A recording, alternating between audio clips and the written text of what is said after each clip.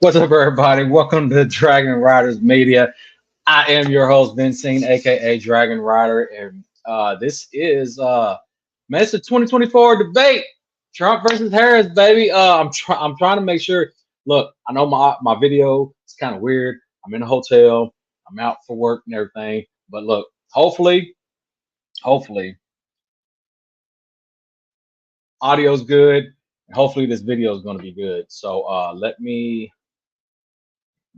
present this. I'll probably end up just taking myself off the screen so you don't see my face and my antics. I don't know. I may leave my face up because I know everybody loves my beautiful face. No, I'm just playing. But anyway, yeah, man. Hopefully it's gonna be a nice debate. And yeah, let's get right on into it. So I'm gonna share the screen and let me hit play on this. And let me fast forward this so we can go ahead. Homes and housing. And the cost of housing is too expensive for far too many people. We know that young families need support to raise their children, and I intend on extending a tax cut for those families of $6,000, which is the largest child tax credit that we have given in a long time, so that those young families can afford to buy a crib, buy a car seat, buy clothes for their children. My passion, one of them, is small businesses. My mother raised my sister and me, but there was a woman who helped raise us. We call her our second mother. She was a small business owner. I love our small businesses.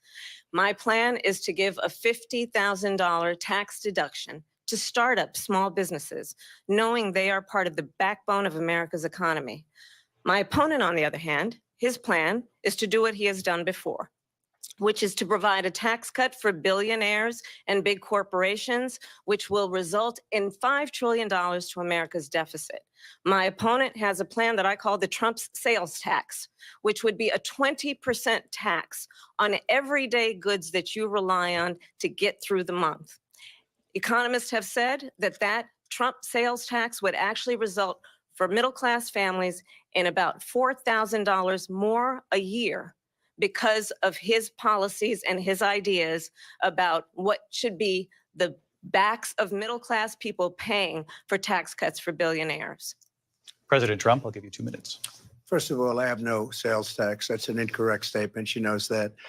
We're doing tariffs on other countries. Other countries are going to finally, after 75 years, pay us back for all that we've done for the world. And the tariff will be substantial in some cases. I took in billions and billions of dollars, as you know, from China. In fact, they never took the tariff off because there was so much money they can't. It would totally destroy everything that they've set out to do. They're taking in billions of dollars from China and other places. They've left the tariffs on. When I had it, I had tariffs, and yet I had no inflation. Look, we've had a terrible economy because inflation which is really known as a country buster. It breaks up countries. We have inflation like very few people have ever seen before, probably the worst in our nation's history. We were at 21%, but that's being generous because many things are 50, 60, 70, and 80% higher than they were just a few years ago. This has been a disaster for people, for the middle class, but for every class. On top of that, we have millions of people pouring into our country from prisons and jails, from mental institutions and insane asylums, and they're coming in and they're taking jobs that are occupied right now by African Americans and Hispanics, and also unions. Unions are going to be affected very soon. And you see what's happening. You see what's happening with towns throughout the United States. You look at Springfield, Ohio. You look at Aurora in Colorado. They are taking over the towns. They're taking over buildings. They're going in violently. These are the people that Xi and Biden led into our country, and they're destroying our country. They're dangerous. They're at the highest level of criminality, and we have to get them out. We have to get them out fast. I created one of the greatest economies in the history of our country. I'll do it again and even better. We are going to get to immigration and border security during this debate, but I would like to let Vice President Harris respond on the economy here. Well, I would love to. Let's talk about what Donald Trump left us. Donald Trump left us the worst unemployment since the Great Depression. Donald Trump left us the worst public health epidemic in a century. Donald Trump left us the worst attack on our democracy since the Civil War. And what we have done is clean up Donald Trump's mess. What we have done and what I intend to do is build on what we know are the aspirations and the hopes of the American people. But I'm going to tell you all in this debate tonight, you're going to hear from the same old tired playbook, a bunch of lies, grievances, and name calling. What you're going to hear tonight is a detailed and dangerous plan called Project 2025 that the former president intends on implementing if he were elected again. I believe very strongly that the American people want a president who understands the importance of bringing us together, knowing we have so much more in common than what separates us.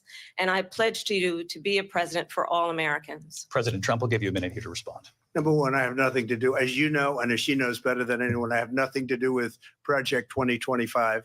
That's out there. I haven't read it. I don't want to read it purposely. I'm not going to read it. This was a group of people that got together. They came up with some ideas, I guess some good, some bad, but it makes no difference. I have nothing to do. Everybody knows I'm an open book. Everybody knows what I'm going to do. Cut taxes very substantially and create a great economy like I did before. We had the greatest economy. We got hit with a pandemic. And the pandemic was not since 1917, where 100 million people died, has there been anything like it. We did a phenomenal job with the pandemic. We handed them over a country where the economy and where the stock market was higher than it was before the pandemic came in. Nobody's ever seen anything like it. We made ventilators for the entire world. We got gowns, we got masks, we did things that nobody thought possible. And people give me credit for rebuilding the military. They give me credit for a lot of things, but not enough credit for the great job we did with the pandemic. But the only jobs they got were bounce back jobs. These were jobs bounced back, and it bounced back and it went to their benefit. But I was the one that created them. They know it, and so does everybody else. Vice President Harris, I'll let you respond. So Donald Trump has no plan for you. And when you look at his economic plan, it's all about tax breaks for the richest people. I am offering what I describe as an opportunity economy, and the best economists in our country, if not the world, have reviewed our relative plans for the future of America. What Goldman Sachs has said is that Donald Trump's plan would make the economy worse. Mine would strengthen the economy. What the Wharton School has said is Donald Trump's plan would actually explode the deficit. 16 Nobel laureates have described his economic plan as something that would increase inflation and by the middle of next year would invite a recession. You just have to look at where we are and where we stand on the issues. And I'd invite you to know that Donald Trump actually has no plan for you because he is more interested in defending himself than he is in looking out for you. It's just a soundbite. They gave her that to say. Look, I went to the Wharton School of Finance, and many of those professors, the top professors, think my plan is a brilliant plan. It's a great plan. It's a plan that's going to bring up our worth, our value as a country. It's going to make people want to be able to go and work and create jobs and create a lot of good, solid money for our country. And just to finish off, she doesn't have a plan. She copied Biden's plan, and it's like 4 sentences, like run, spot, run. 4 sentences that are just, oh, we'll try and lower taxes. She doesn't have a plan. Take a look at her plan. She doesn't have a plan. Mr. President, I do want to drill down on something you both brought up. The Vice President brought up your tariffs. You responded, and let's drill down on this because your plan is what she calls is essentially a national sales tax. Your proposal calls for tariffs, as you pointed out here, on foreign imports across the board. You recently said that you might double your plan, imposing tariffs up to 20% on goods coming into this country. As you know, many economists say that with tariffs at that level, costs are then passed on to the consumer. Vice President Harris has argued it'll mean higher prices on gas, food, clothing, medication, arguing it costs the typical family nearly $4,000 a year. Do you believe Americans can afford higher prices because of tariffs? They're not going to have higher prices. What's going to have and who's going to have higher prices is China and all of the countries that have been ripping us off for years. I was the only president ever. China was paying us hundreds of billions of dollars, and so were other countries. And, you know, if she doesn't like them, they should have gone out and they should have immediately cut the tariffs. But those tariffs are there 3.5 years now under their administration. We are going to take in billions of dollars, hundreds of billions of dollars. I had no inflation, virtually no inflation. They had the highest inflation perhaps in the history of our country, because I've never seen a worse period of time. People can't go out and buy cereal or bacon or eggs or anything else. The people of our country are absolutely dying with what they've done. They've destroyed the economy. And all you have to do is look at a poll. The polls say 80 and 85 and even 90% that the Trump economy was great, that their economy was terrible. Vice President Harris, I do want to ask for your response. And you heard what the president said there, because the Biden administration did keep a number of the Trump tariffs in place. So how do you respond? Well, let's be clear that the Trump administration resulted in a trade deficit, one of the highest we've ever seen in the history of America. He invited trade wars. You want to talk about his deal with China? What he ended up doing is, under Donald Trump's presidency, he ended up selling American chips to China to help them improve and modernize their military, basically sold us out, when a policy about China should be in making sure the United States of America wins the competition for the 21st century, which means focusing on the details of what that requires, focusing on relationships with our allies, focusing on investing in American-based technology so that we win the race on AI, on quantum computing, focusing on what we need to do to support America's workforce so that we don't end up having on the short end of the stick in terms of workers' rights. But what Donald Trump did, let's talk about this, with COVID, is he actually thanked President Xi for what he did during COVID. Look at his tweet. Thank you, President Xi, exclamation point, when we know that Xi was responsible for lacking and not giving us transparency about the origins of COVID. President Trump, I'll let you respond. First of all, they bought their chips from Taiwan. We hardly make chips anymore because of philosophies like they have and policies like they have. I don't say her because she has no policy. Everything that she believed 3 years ago and 4 years ago is out the window. She's going to my philosophy now. In fact, I was going to send her a MAGA hat. She's gone to my philosophy. But if she ever got elected, she'd change it. And it will be the end of our country. She's a Marxist. Everybody knows she's a Marxist. Her father's a Marxist professor in economics, and he taught her well. But when you look at what she's done to our country, and when you look at these millions and millions of people that are pouring into our country monthly, where it's, I believe, 21 million people, not the 15 that people say, and I think it's a lot higher than the 21. That's bigger than New York State pouring in. And just look at what they're doing to our country. They're criminals. Many of these people coming in are criminals. And that's bad for our economy, too. You know, you mentioned before, we'll talk about immigration later. Well, bad immigration is the worst thing that can happen to our economy. They have, and she has, destroyed our country with policy that's insane. Almost policy that you'd say they have to hate our country. President Trump, thank you. Lindsay? I want to turn to the issue of abortion. President Trump, you've often touted that you were able to kill Roe v. Wade. Last year, you said that you were proud to be the most pro-life president in American history. Then last month, you said that your administration would be great for women and their reproductive rights. In your home state of Florida, you surprised many with regard to your 6-week abortion ban, because you initially had said that it was too short. And you said, quote, I'm going to be voting that we need more than 6 weeks. But then the very next day, you reversed course and said you would vote to support the 6-week ban. Vice President Harris says that women shouldn't trust you on the issue of abortion because you've changed your position so many times. Therefore, why should they trust you? Well, the reason I'm doing that vote is because the plan is, as you know, the vote is, they have abortion in the 9th month. They even have, and you can look at the governor of West Virginia, the previous governor of West Virginia, not the current governor, who's doing an excellent job, but the governor before, he said the baby will be born and we will decide what to do with the baby. In other words, we'll execute the baby. And that's why I did that, because that predominates, because they're radical. The Democrats are radical in that. And her vice presidential pick, which I think was a horrible pick, by the way, for our country, because he is really out of it. But her vice presidential pick says abortion in the 9th month is absolutely fine. He also says execution after birth. It's execution, no longer abortion, because the baby is born, is okay. And that's not okay with me, hence the vote. But what I did is something for 52 years. They've been trying to get Roe v. Wade into the states. And through the genius and heart and strength of 6 Supreme Court justices, we were able to do that. Now, I believe in the exceptions for rape, incest, and life of the mother. I believe strongly in it. Ronald Reagan did also. 85% of Republicans do. Exceptions, very important. But we were able to get it, and now states are voting on it. And for the first time, you're going to see, look, this is an issue that's torn our country apart for 52 years. Every legal scholar, every Democrat, every Republican, liberal, conservative, they all wanted this issue to be brought back to the states where the people could vote. And that's what happened. Now, Ohio, the vote was somewhat liberal.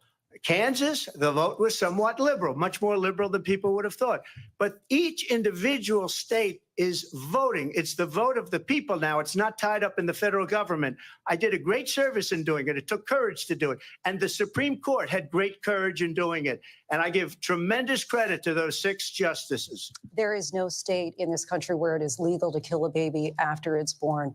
Madam Vice President, I want to get your response to President Trump. Well, as I said, you're going to hear a bunch of lies, and that's not actually a surprising fact. Let's understand how we got here. Donald Trump hand-selected 3 members of the United States Supreme Court with the intention that they would undo the protections of Roe v. Wade. And they did exactly as he intended. And now in over 20 states, there are Trump abortion bans, which make it criminal for a doctor or nurse to provide health care. In one state, it provides prison for life. Trump abortion bans that make no exception even for rape and incest, which understand what that means.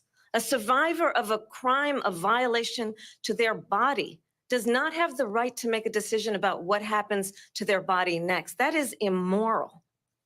And one does not have to abandon their faith or deeply held beliefs to agree. The government, and Donald Trump certainly, should not be telling a woman what to do with her body. I have talked with women around our country. You want to talk about this is what people wanted?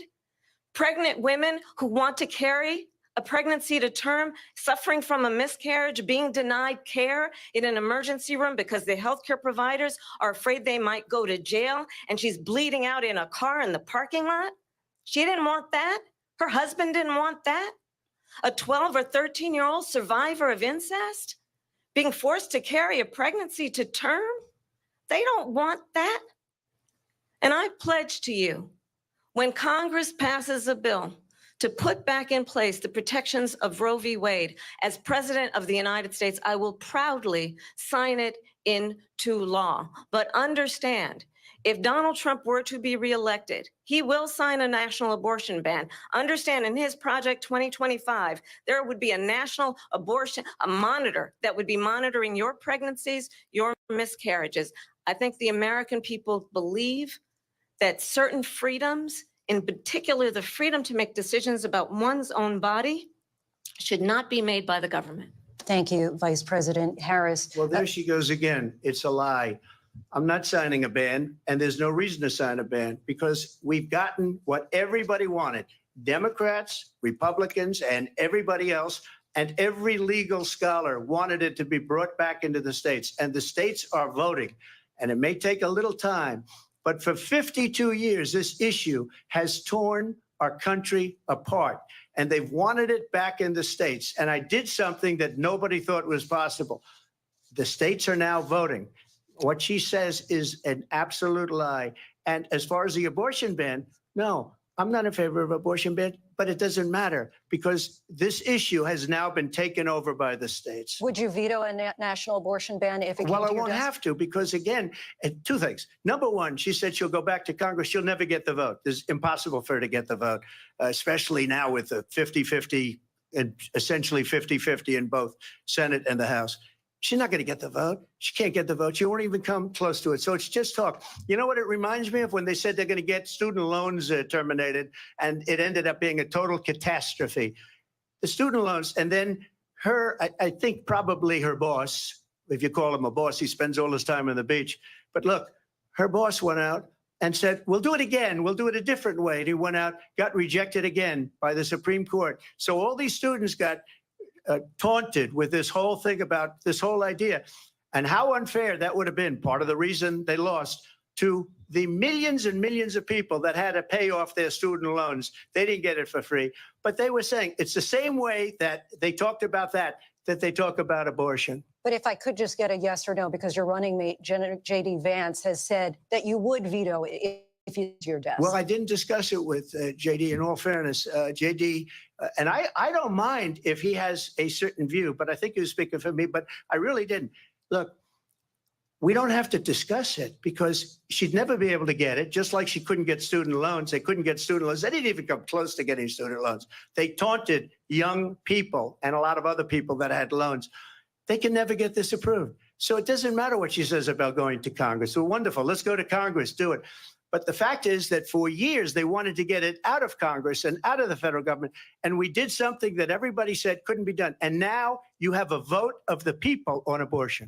Vice President Harris, I want to give you your time to respond, but I do want to ask, would you support any restrictions on a woman's right to an abortion? I absolutely support reinstating the protections of Roe v. Wade.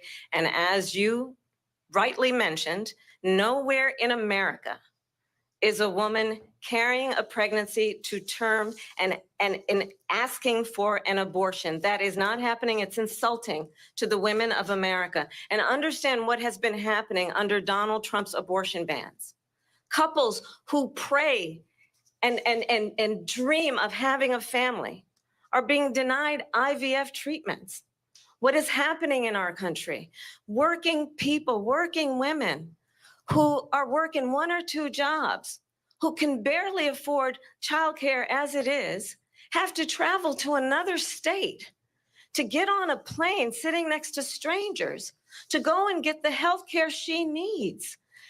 Barely can afford to do it, and what you are putting her through is unconscionable.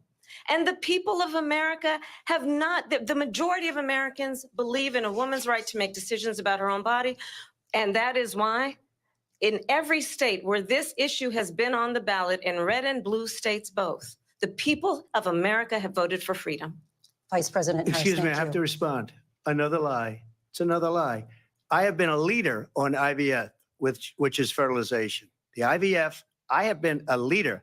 In fact, when they got a very negative decision on IVF from the Alabama courts, I saw the people of Alabama and the legislature 2 days later voted it in.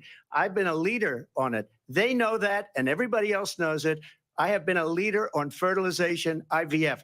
And the other thing, you should ask, will she allow abortion in the 8th month, 9th month, 7th month? Come on. Okay, would you do that? Why don't you ask her that question? Why don't you answer the question? Would you because veto? under Roe v. Answer Wade, the question, would you veto? you could do abortions in the 7th month, the 8th month, the 9th That's month, not true. and probably after birth. Just look at the governor, former governor of Virginia.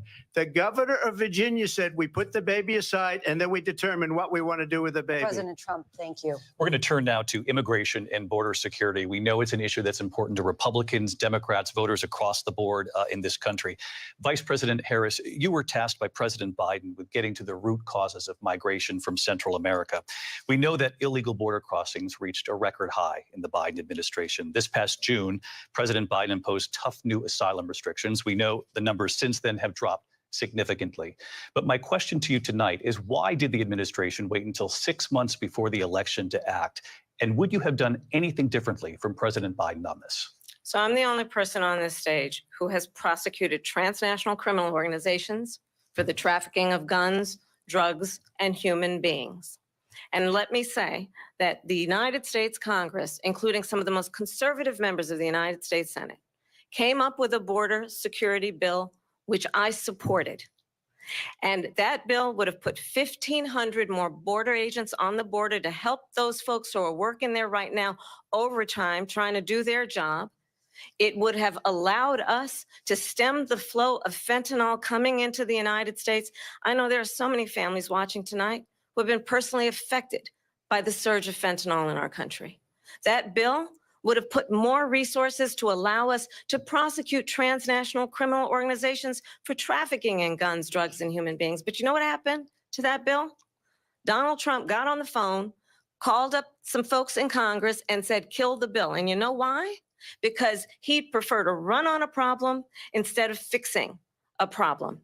And understand, this comes at a time where the people of our country actually need a leader who engages in solutions, who actually addresses the problems at hand. But what we have in the former president is someone who would prefer to run on a problem instead of fixing a problem. And I'll tell you something, he's going to talk about immigration a lot tonight, even when it's not the subject that is being raised. And I'm going to actually do something really unusual, and I'm going to invite you to attend one of Donald Trump's rallies, because it's a really interesting thing to watch. You will see during the course of his rallies, he talks about fictional characters like Hannibal Lecter. He will talk about windmills cause cancer. And what you will also notice is that people start leaving his rallies early out of exhaustion and boredom.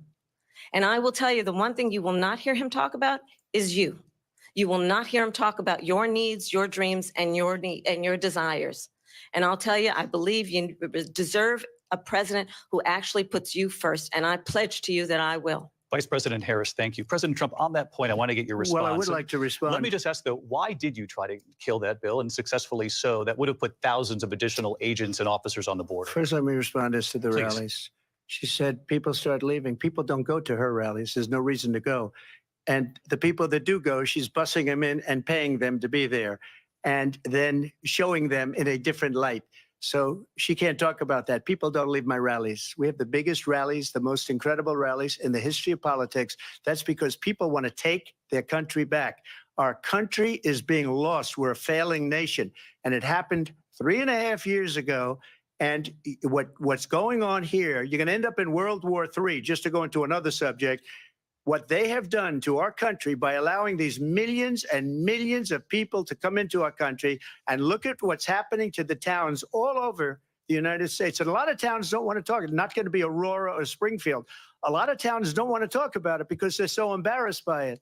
In Springfield, they're eating the dogs, the people that came in. They're eating the cats. They're eating the pets of the people that live there. And this is what's happening in our country, and it's a shame. As far as rallies are concerned, as far as the reason they go is they like what I say. They want to bring our country back. They want to make America great again. It's a very simple phrase, make America great again. She's destroying this country, and if she becomes president, this country doesn't have a chance of success. Not only success, we'll end up being Venezuela on steroids.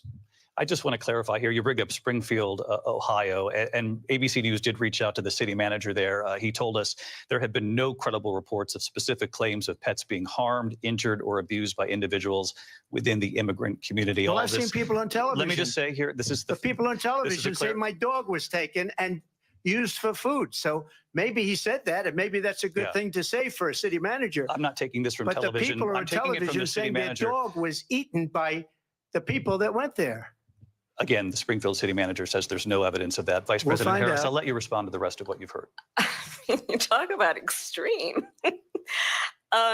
This is, I think, one of the reasons why in this election, I actually have the endorsement of 200 Republicans who have formerly worked with President Bush, Mitt Romney, and John McCain, including the endorsement of former Vice President Dick Cheney and Congress member Liz Cheney. And if you want to really know the inside track on who the former president is, if he didn't make it clear already, just ask people who have worked with him.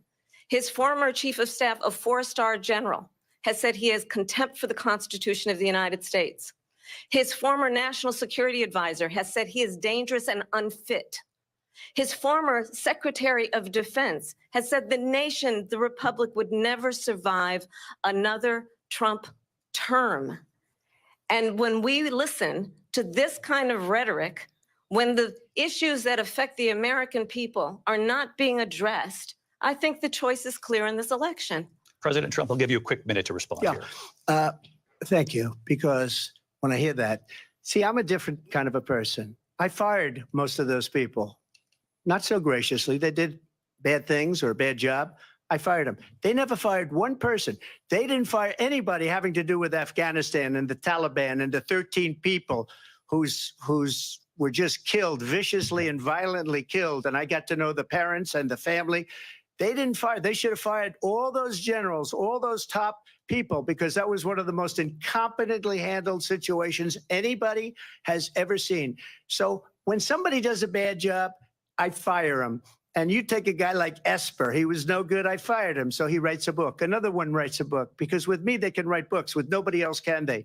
But they have done such a poor job, and they never fire anybody. Look at the economy. Look at the inflation. They didn't fire any of their economists. They have the same people. That's a good way not to have books written about you. But just to finish, I got more votes than any Republican in history by far. In fact, I got more votes than any president, sitting president in history by far. Let me continue on immigration. It was what you wanted to talk about earlier. So let's get back to your deportation proposal that the vice president has reacted to as well. President Trump, you call this the largest domestic deportation operation in the history of our country. You say you would use the National Guard. You say if things get out of control, you'd have no problem using the U.S. With local military. police, yes. You also said you would use local police. How would you deport 11 million undocumented immigrants? I know you believe that number is much higher. Take us through this. What does this look like? Will authorities be going door to door in this country? Yeah, it is much higher because of them. They allowed criminals, many millions of criminals. They allowed terrorists. They allowed common street criminals. They allowed people to come in, drug dealers, to come into our country. And they're now in the United States and told by their countries like Venezuela, don't ever come back or we're going to kill you. Do you know that crime in Venezuela and crime in countries all over the world is way down? You know why? Because they've taken their criminals off the street and they've given them to her to put into our country. And this will be one of the greatest mistakes in history for them to allow. And I think they probably did it because they think they're going to get votes, but it's not worth it because they're destroying the fabric of our country by what they've done. There's never been anything done like this at all. They've destroyed the fabric of our country. Millions of people let in, and all over the world, crime is down all over the world except here. Crime here is up and through the roof. Despite their fraudulent statements that they made, crime in this country is through the roof. And we have a new form of crime. It's called migrant crime. And it's happening at levels that nobody thought possible. President Trump, as you know, the FBI says overall violent crime is actually coming down in this country. But Vice Excuse me, President the Harris, FBI they were defrauding statements. They didn't include the worst cities. They didn't include the cities with the worst crime. It was a fraud, just like their number of 818,000 jobs that they said they created turned out to be a fraud. President Trump, thank you. I'll let you respond, Vice President Harris. Well, I think this is so rich coming from someone who has been prosecuted for national security crimes, economic crimes, election interference, has been found liable for sexual assault, and his next big court appearance is in November at his own criminal sentencing. And let's be clear, where each person stands on the issue of what is important about respect for the rule of law and respect for law enforcement. The former vice president called for defunding federal law enforcement, 45,000 agents, get this, on the day after he was arraigned on 34 felony counts. So let's talk about what is important in this race. It is important that we move forward, that we turn the page on this same old tired rhetoric and address the needs of the American people, address what we need to do about the housing shortage, which I have a plan for, address what we must do to support our small businesses, address bringing down the price of groceries. But frankly, the American people are exhausted with this same old tired playbook. Vice President Harris, thank you. Excuse me. Every one of those cases was started by them against their political opponent. And I'm winning most of them, and I will win the rest on appeal. And you saw that with the decision that came down just recently from the Supreme Court. I'm winning most of them. But those are cases, it's called weaponization. Never happened in this country. They weaponized the Justice Department. Every one of those cases was involved with the DOJ, from Atlanta and Fani Willis to the Attorney General of New York and the DA in New York. Every one of those cases. And then they say, oh, he's a criminal. They're the ones that made them go after me. By the way, Joe Biden was found essentially guilty on the documents case. And what happened in my documents case? They said, oh, that's the toughest of them all. A complete and total victory. 2 months ago, it was thrown out. It's weaponization, and they used it, and it's never happened in this country. They used it to try and win an election. They're President Trump- fake cases. President Trump, thank you. A really quick response here, Vice President Harris, on this notion of weaponization of the Justice Department. Well, let's talk about extreme and understand the context in which this election in 2024 is taking place. The United States Supreme Court recently ruled that the former president would essentially be immune from any misconduct if he were to enter the White House again. Understand, this is someone who has openly said he would terminate, I'm quoting, terminate the Constitution of the United States, that he would weaponize the Department of Justice against his political enemies. Someone who has openly expressed disdain for members of our military. Understand what it would mean if Donald Trump were back in the White House with no guardrails, because certainly we know now the court won't stop him. We know J.D. Vance is not going to stop him. It's up to the American people. Vice President stop Harris, him. thank you. Lindsay? Vice President Harris, in your last run for president, We gotta This is the continue one here. that weaponized, not me. She weaponized. I probably took a bullet to the head because of the things that they say about me. They talk about democracy. I'm a threat to democracy. They're the threat to democracy with a President fake Trump, Russia we investigation do have a lot to that get. went nowhere. We have a lot to get to. Lindsay? Vice President Harris, in your last run for president, you said you wanted to ban fracking. Now you don't. You wanted mandatory government buyback programs for assault weapons. Now your campaign says you don't. You supported decriminalizing border crossings. Now you're taking a harder line. I know you say that your values have not changed. So then why have so many of your policy positions changed? So my values have not changed, and I'm going to discuss every one of the, at least every point that you've made. But in particular, let's talk about fracking because we're here in Pennsylvania. I made that very clear in 2020. I will not ban fracking. I have not banned fracking as Vice President of the United States. And in fact, I was the tie-breaking vote on the Inflation Reduction Act, which opened new leases for fracking. My position is that we have got to invest in diverse sources of energy so we reduce our reliance on foreign oil. We have had the largest increase in domestic oil production in history because of an approach that recognizes that we cannot over-rely on foreign oil. As it relates to my values, let me tell you, I grew up a middle-class kid raised by a hardworking mother who worked and saved and was able to buy our first home when I was a teenager. The values I bring to the importance of home ownership, knowing not everybody got handed $400 million on a silver platter and then filed bankruptcy 6 times, is a value that I bring to my work to say we are going to work with the private sector and home builders to increase 3 million homes, increase by 3 million homes by the end of my first term. My work that is related to having a friend when I was in high school who was sexually assaulted by her stepfather. And my focus then on protecting women and children from violent crime is based on a value that is deeply grounded in the importance of standing up for those who are most vulnerable. My work that is about protecting Social Security and Medicare is based on longstanding work that I have done, protecting seniors from scams. My values have not changed. And what is important is that there is a president who actually brings values and a perspective that is about lifting people up and not beating people down and name calling. The true measure of the leader is the leader who actually understands the strength is not in beating people down, it's in lifting people up. I intend to be that president. President Trump, your Well, first of response? all, I wasn't given $400 million. I wish I was. My father was a Brooklyn builder, Brooklyn, Queens, and a great father, and I learned a lot from him. But I was given a fraction of that, a tiny fraction, and I built it into many, many billions of dollars, many, many billions. And when people see it, they are even surprised. So we don't have to talk about that. Fracking, she's been against it for 12 years. Defund the police, she's been against that forever. She gave all that stuff up very wrongly, very horribly, and everybody's laughing at it, okay? They're all laughing at it. She gave up at least 12 and probably 14 or 15 different policies, like She was big on defund the police. In Minnesota, she went out. Wait a minute. I'm talking now. If you don't mind, please. Does that sound familiar? She went out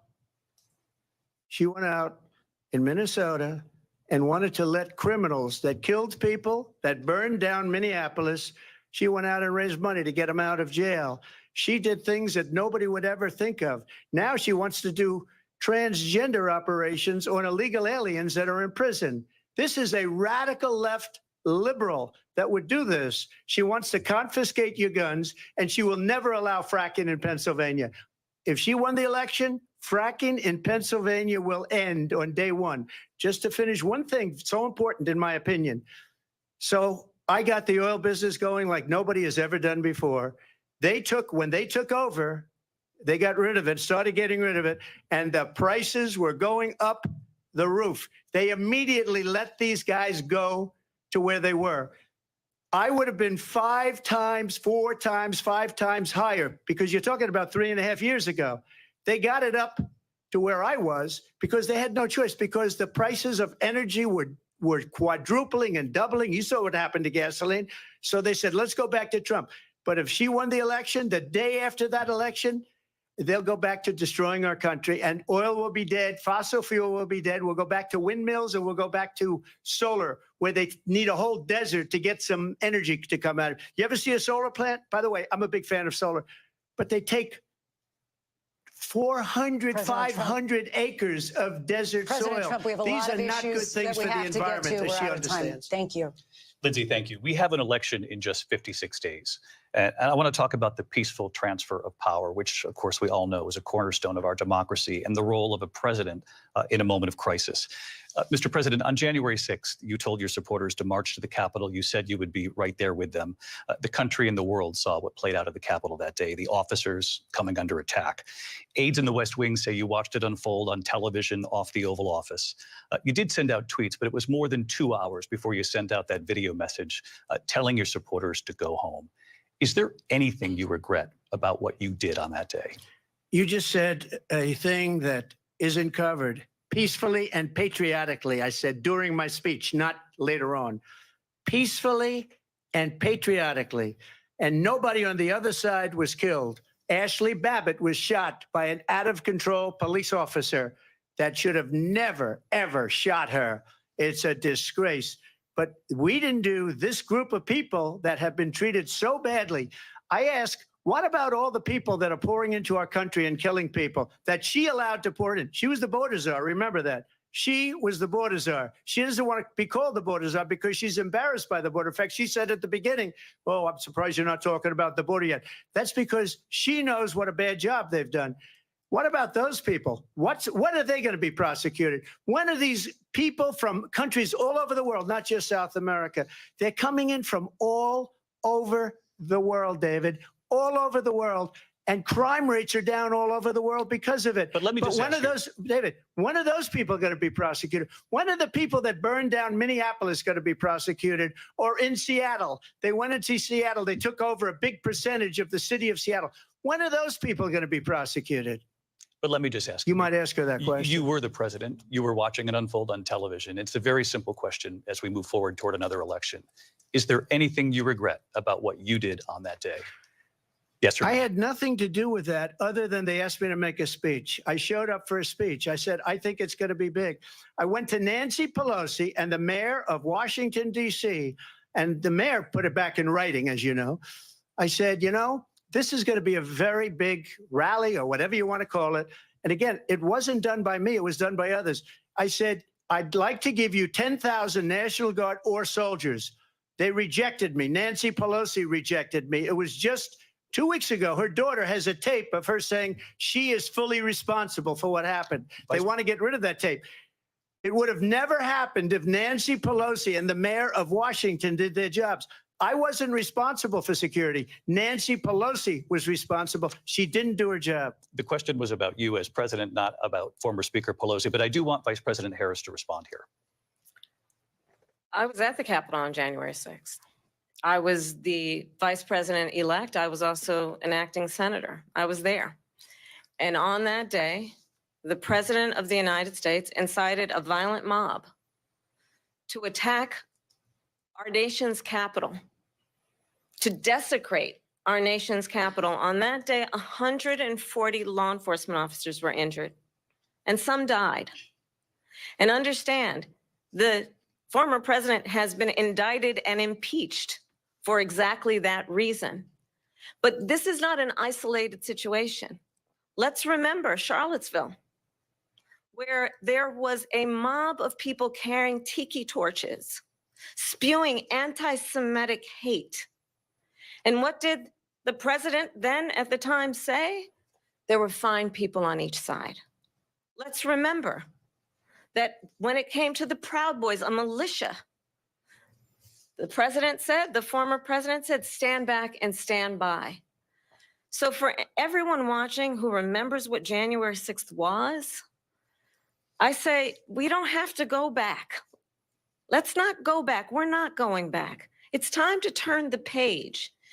And if that was a bridge too far for you, well, there is a place in our campaign for you to stand for country, to stand for our democracy, to stand for rule of law, and to end the chaos, and to end the approach that is about attacking the foundations of our democracy because you don't like the outcome. And be clear on that point.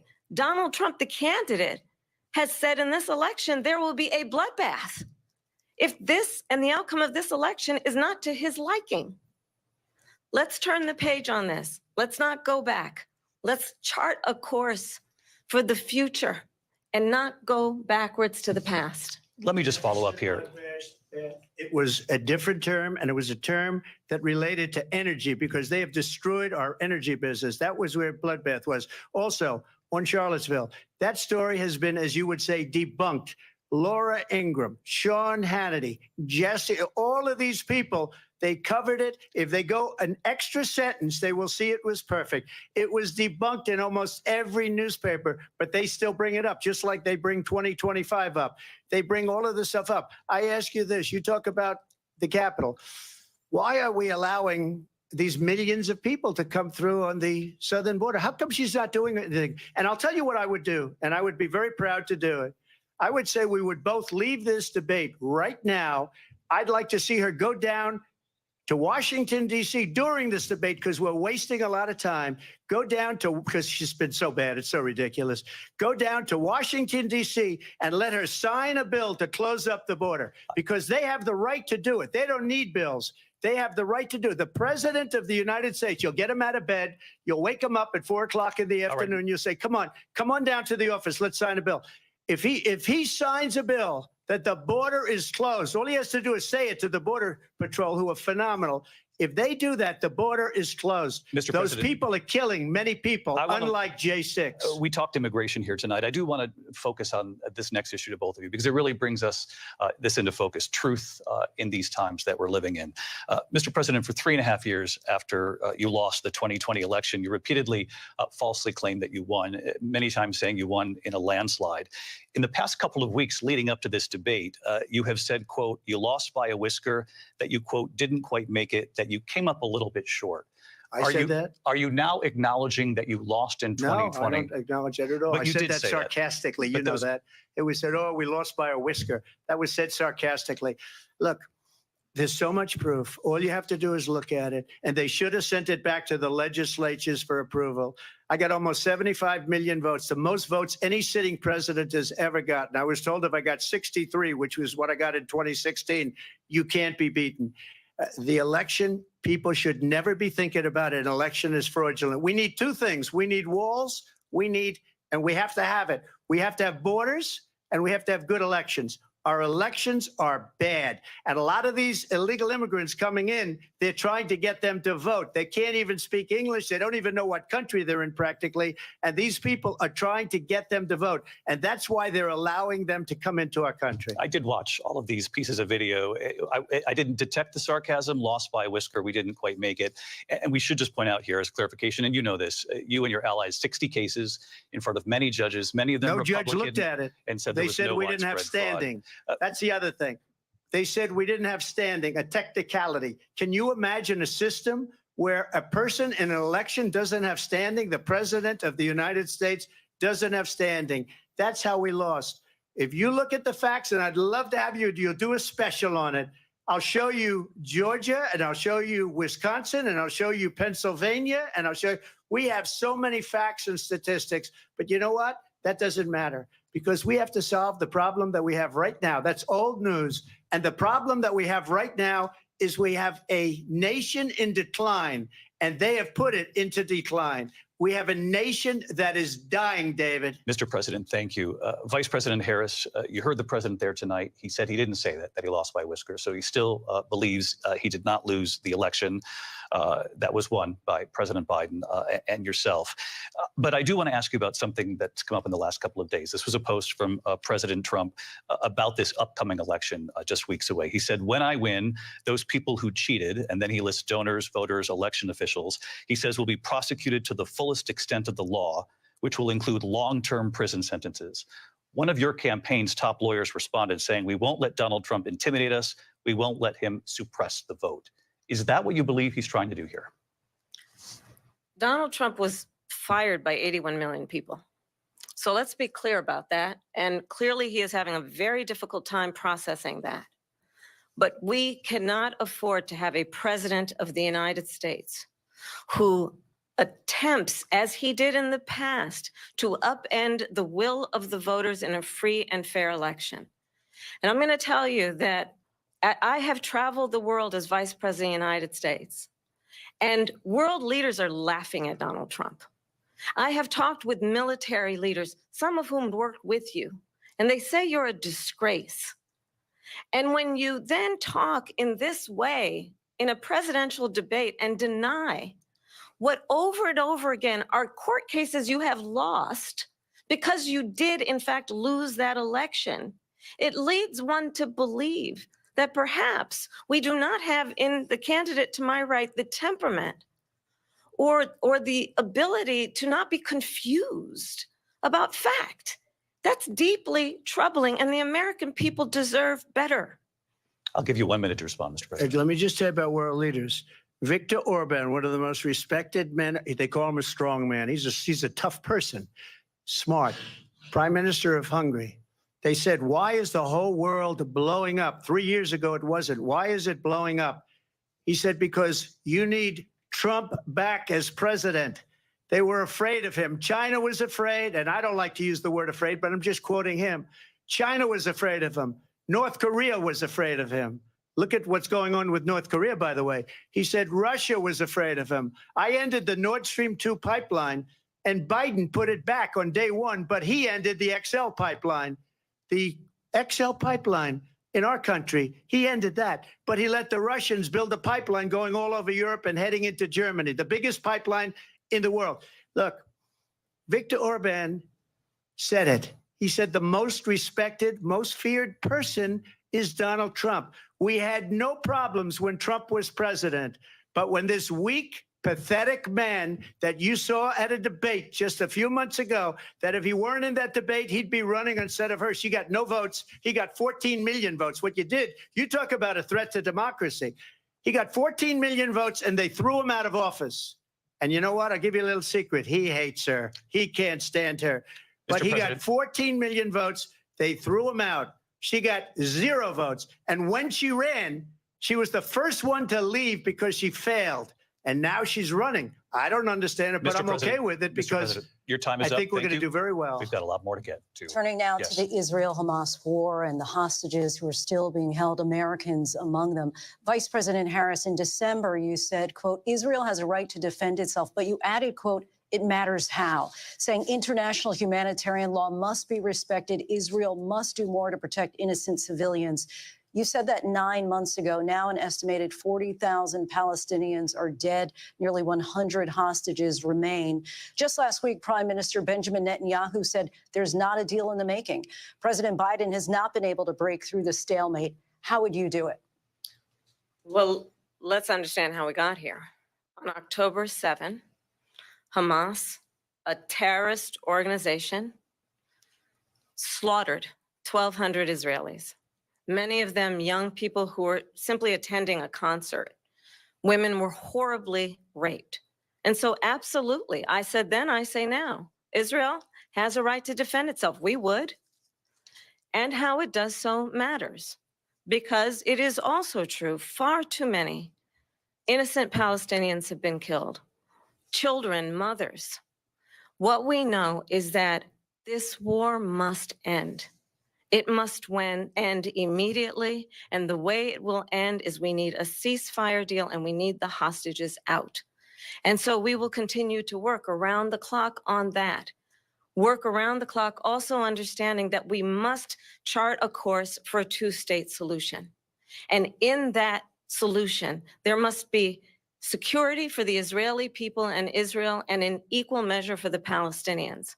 But the one thing I will assure you always, I will always give Israel the ability to defend itself, in particular as it relates to Iran and any threat that Iran and its proxies pose to Israel. But we must have a two-state solution where we can rebuild Gaza, where the Palestinians have security, self-determination, and the dignity they so rightly deserve. President Trump, how would you negotiate with Netanyahu and also Hamas in order to get the hostages out and prevent the killing of more innocent civilians in Gaza? If I were president, it would have never started. If I were president, Russia would have never, ever, I know very well, he would have never, and there was no threat of it either, by the way, for 4 years, have gone into Ukraine and killed millions of people when you add it up, far worse than people understand what's going on over there.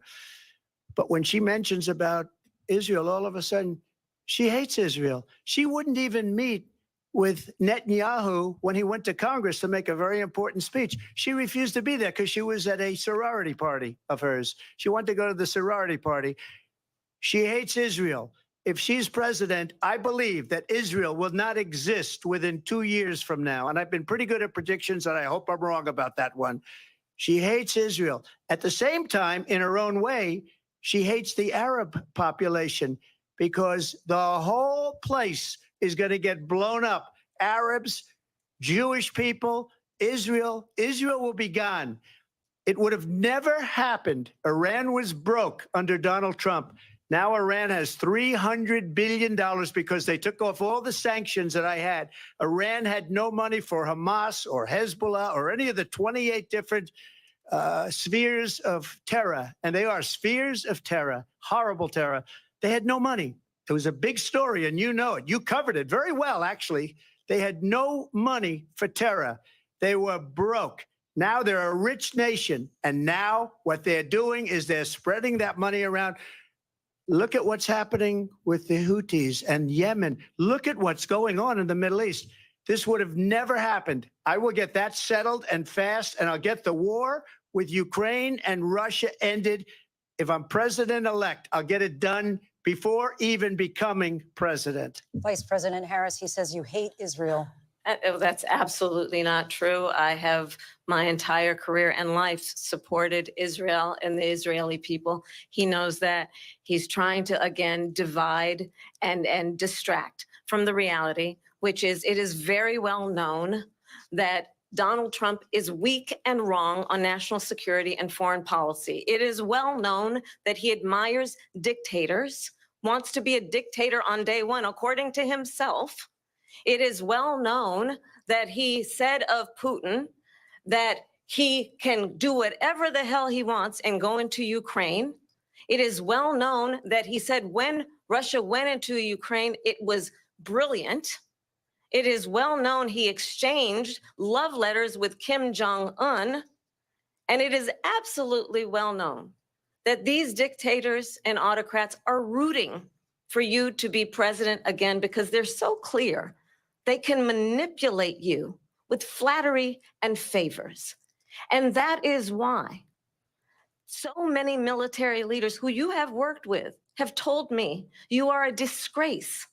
That is why we understand that we have to have a president who is not consistently weak and wrong on Vice national President security, Harris. including the importance of upholding and respecting in highest regard our military. Vice President Harris, thank you. They're the ones, and she's the one that caused it.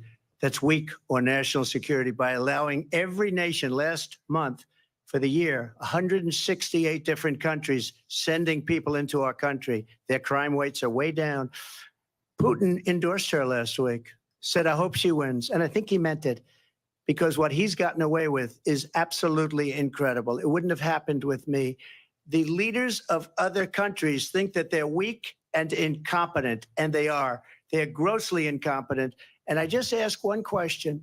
Why does Biden go in and kill the Keystone Pipeline and approve the single biggest deal that Russia's ever made, Nord Stream 2, the biggest pipeline anywhere in the world going to Germany and all over Europe? Because they're weak and they're ineffective. And Biden, by the way, President gets paid Trump, a lot of money. Thank you. We have a lot of issues to get to. We'll be right back with much more of this historic ABC News presidential debate from the National Constitution Center right here in Philadelphia. Back in a moment.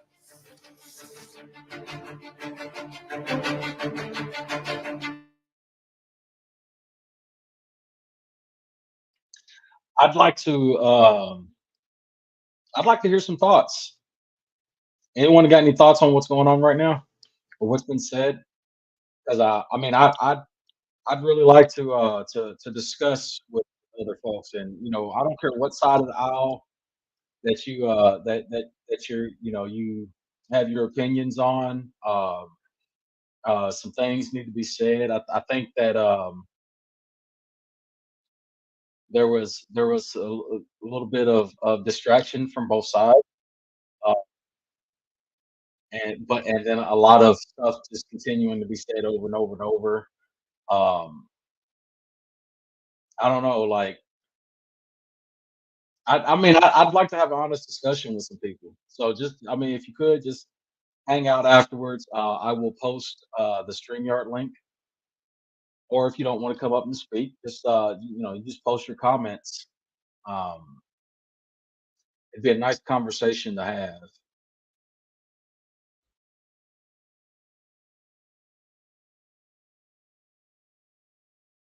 I muted. Sorry, I muted the commercial. I had to mute the commercial because it's I didn't want to listen to it. Sorry. Unless y'all wanted to hear about what is this Pamela Anderson interview? I don't know. Baywatch. I ain't gonna lie. I watched Baywatch when I was younger, so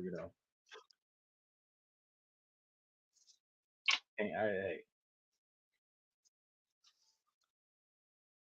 but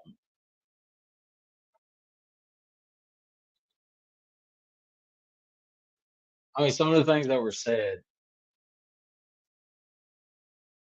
I don't really want to go over it right now because it's just,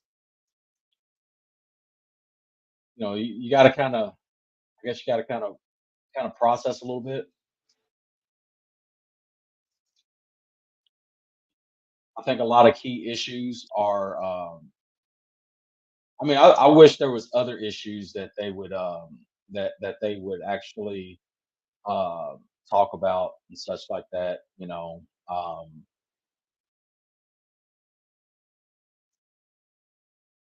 I'll go over some of my thoughts afterwards. I'm trying to keep little notes here and there, but I'm trying to also focus on what they're saying.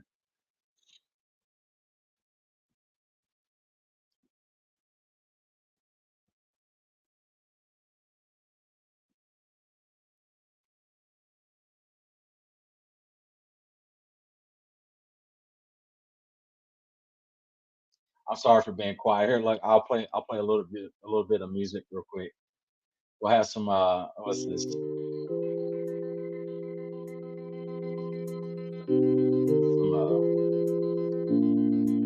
Some elevator music.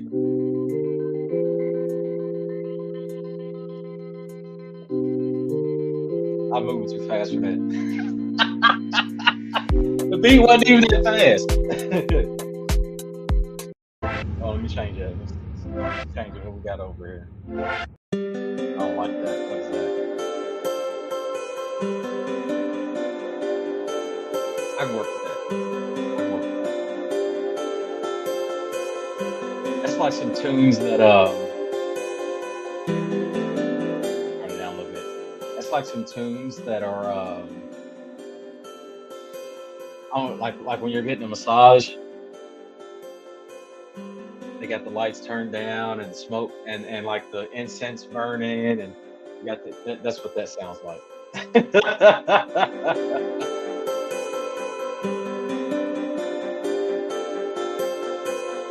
I think this ought to be the last commercial.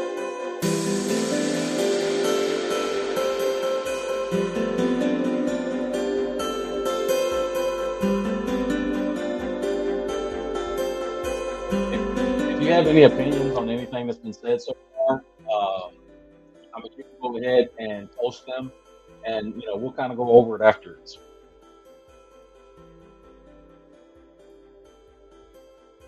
And we're back. Pennsylvania. Here again, David Muir and Lindsay Davis. Welcome back to this historic ABC News presidential debate tonight. We're going to continue here, and I want to turn to the war in Ukraine. We're now 2.5 years into this conflict. Mr. President, it has been the position of the Biden administration that we must defend Ukraine from Russia, from Vladimir Putin, to defend their sovereignty, their democracy, that it's in America's best interest to do so, arguing that if Putin wins, he may be emboldened to move even further into other countries. You have said you would solve this war in 24 hours. You said so just before the break tonight. How exactly would you do that? And I want to ask you a very simple question tonight. Do you want Ukraine to win this war? I want the war to stop. I want to save lives that are being uselessly, people being killed by the millions. It's the millions. It's so much worse than the numbers that you're getting, which are fake numbers. Look, we're in for 250 billion or more because they don't ask Europe, which is a much bigger beneficiary to getting this thing done than we are. They're in for $150 billion less because Biden and you don't have the courage to ask Europe like I did with NATO. They paid billions and billions, hundreds of billions of dollars when I said, either you pay up or we're not going to protect you anymore. So that's maybe one of the reasons they don't like me as much as they like weak people. But you take a look at what's happening. We're in for 250 to 275 billion. They're into 100 to 150. They should be forced to equalize. With that being said, I want to get the war settled. I know Zelensky very well, and I know Putin very well. I have a good relationship, and they respect your president, okay? They respect me. They don't respect Biden. How would you respect him? Why? For what reason? He hasn't even made a phone call in 2 years to Putin, hasn't spoken to anybody. They don't even try and get it. That is a war that's dying to be settled. I will get it settled before I even become president. If I win, when I'm president-elect, and what I'll do is I'll speak to one, I'll speak to the other, I'll get them together. That war would have never happened. And in fact, when I saw Putin after I left, unfortunately left because our country has gone to hell. But after I left, when I saw him building up soldiers, he did it after I left. I said, oh, he must be negotiating. It must be a good, strong point of negotiation. Well, it wasn't, because Biden had no idea how to talk to him. He had no idea how to stop it. And now you have millions of people dead, and it's only getting worse, and it could lead to World War III. Don't kid yourself, David. We're playing with World War III, and we have a president that we don't even know if he's. Where is our president? We don't even know if he's a president. And just to clarify they here, threw him out of a campaign like a dog. We don't even know. Is he our president? But we have a president, Mr. President, that doesn't know he's alive. your time is up. Just to clarify in the question, do you believe it's in the U.S. best interest for Ukraine to win this war? Yes or no? I think it's the U.S. best interest to get this war finished and just get it done. All right. Negotiate a deal, because we have to stop all of these human lives from being destroyed. I want to take this to Vice President Harris. I want to get your thoughts on support for Ukraine in this moment, but also as Commander-in-Chief, if elected, how would you deal with Vladimir Putin? And would it be any different from what we're seeing from President Biden? Well, first of all, it's important to remind the former president, you're not running against Joe Biden, you're running against me. I believe the reason that Donald Trump says that this war would be over within 24 hours is because he would just give it up. And that's not who we are as Americans. Let's understand what happened here. I actually met with Zelensky a few days before Russia invaded, tried through force to change territorial boundaries, to defy one of the most important international rules and norms, which is the importance of sovereignty and territorial integrity. And I met with President Zelensky. I shared with him American intelligence about how he could defend himself. Days later, I went to NATO's eastern flank, to Poland and Romania. And through the work that I and others did, we brought 50 countries together to support Ukraine in its righteous defense. And because of our support, because of the air defense, the ammunition, the artillery, the javelins, the Abrams tanks that we have provided, Ukraine stands as an independent and free country. If Donald Trump were president, Putin would be sitting in Kyiv right now. And understand what that would mean, because Putin's agenda is not just about Ukraine. Understand why the European allies and our NATO allies are so thankful that you are no longer president, and that we understand the importance of the greatest military alliance the world has ever known, which is NATO, and what we have done to preserve the ability of Zelensky and the Ukrainians to fight for their independence. Otherwise, Putin would be sitting in Kyiv with his eyes on the rest of Europe, starting with Poland. And why don't you tell the 800,000 Polish Americans right here in Pennsylvania how quickly you would give up for the sake of favor and what you think is a friendship with what is known to be a dictator who would eat you for lunch? Vice President Harris, thank you. We've heard from both of you on Ukraine tonight. Afghanistan came up in the last hour. I wanted her to respond to something you said earlier, and please, I'll give you a minute here. Putin would be sitting in Moscow, and he wouldn't have lost 300,000 men and women, but he would have been sitting in Moscow. Quiet, please. He would have been sitting in Moscow, much happier than he is right now. But eventually, you know, he's got a thing that other people don't have. He's got nuclear weapons. They don't ever talk about that. He's got nuclear weapons. Nobody ever thinks about that. And eventually, maybe he'll use them, and maybe he hasn't been that threatening, but he does have that. Something we don't even like to talk about. Nobody likes to talk about it. But just so you understand, they sent her to negotiate peace before this war started. 3 days later, he went in and he started the war because everything they said was weak and stupid. They said the wrong things. That war should have never started. She was the emissary. They sent her in to negotiate with Zelensky and Putin, and she did. And the war started 3 days later. And that's the kind of talent we have with her. She's worse than Biden. In my opinion, I think he's the worst president in the history of our country. She goes down as the worst vice president in the history of our country. But let me tell you something. She is a horrible negotiator. They sent her in to negotiate. As soon as they left, Putin did the invasion. President Trump, thank you. You did bring up something. You said she went to negotiate with Vladimir Putin. Vice President Harris, have you ever met Vladimir Putin? Can you clarify tonight? Yet again, I said it at the beginning of this debate, you're going to hear a bunch of lies coming from this fellow. And that is another one. When I went to meet with President Zelensky, I've now met with him over 5 times. The reality is it has been about standing as America always should, as a leader upholding international rules and norms, as a leader who shows strength, understanding that the alliances we have around the world are dependent on our ability to look out for our friends and not favor our enemies because you adore strongmen instead of caring about democracy.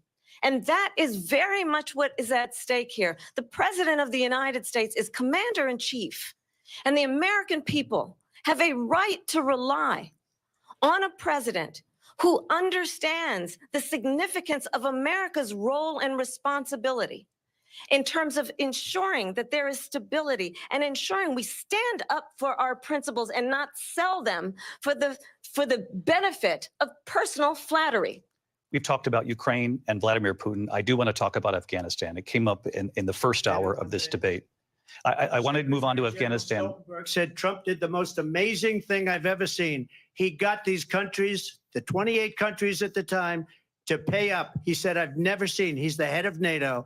He said, I've never seen. For years, we were paying almost all of NATO. We were being ripped off by European nations, both on trade and on NATO. I got them to pay up by saying one of the statements you made before, if you don't pay, we're not going to protect you. President Otherwise, we Trump. would have never gotten it. He said it was one of the most incredible jobs that he's ever seen done. Thank you. I want to turn to Afghanistan. It came up in the first hour of the debate, and we witnessed a poignant moment today on Capitol Hill, honoring the soldiers who died in the chaotic withdrawal from Afghanistan. I do want to ask the Vice President, do you believe you bear any responsibility in the way that withdrawal played out? Well, I will tell you, I agreed with President Biden's decision to pull out of Afghanistan. 4 presidents said they would, and Joe Biden did. And as a result, America's taxpayers are not paying the $300 million a day we were paying for that endless war.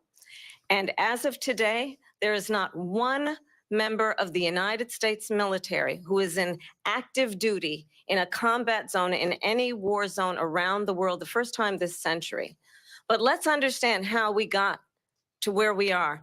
Donald Trump, when he was president, negotiated one of the weakest deals you can imagine. He calls himself a deal maker. Even his national security advisor said it was a weak, terrible deal. And here's how it went down. He bypassed the Afghan government. He negotiated directly with a terrorist organization called the Taliban. The negotiation involved the Taliban getting 5,000 Taliban terrorists released. And get this, and the president at the time invited the Taliban to Camp David, a place of storied significance for us as Americans, a place where we honor the importance of American diplomacy, where we invite and receive respected world leaders. And this former president, as president, invited them to Camp David because he does not again appreciate the role and responsibility of the President of the United States to be commander-in-chief with a level of respect.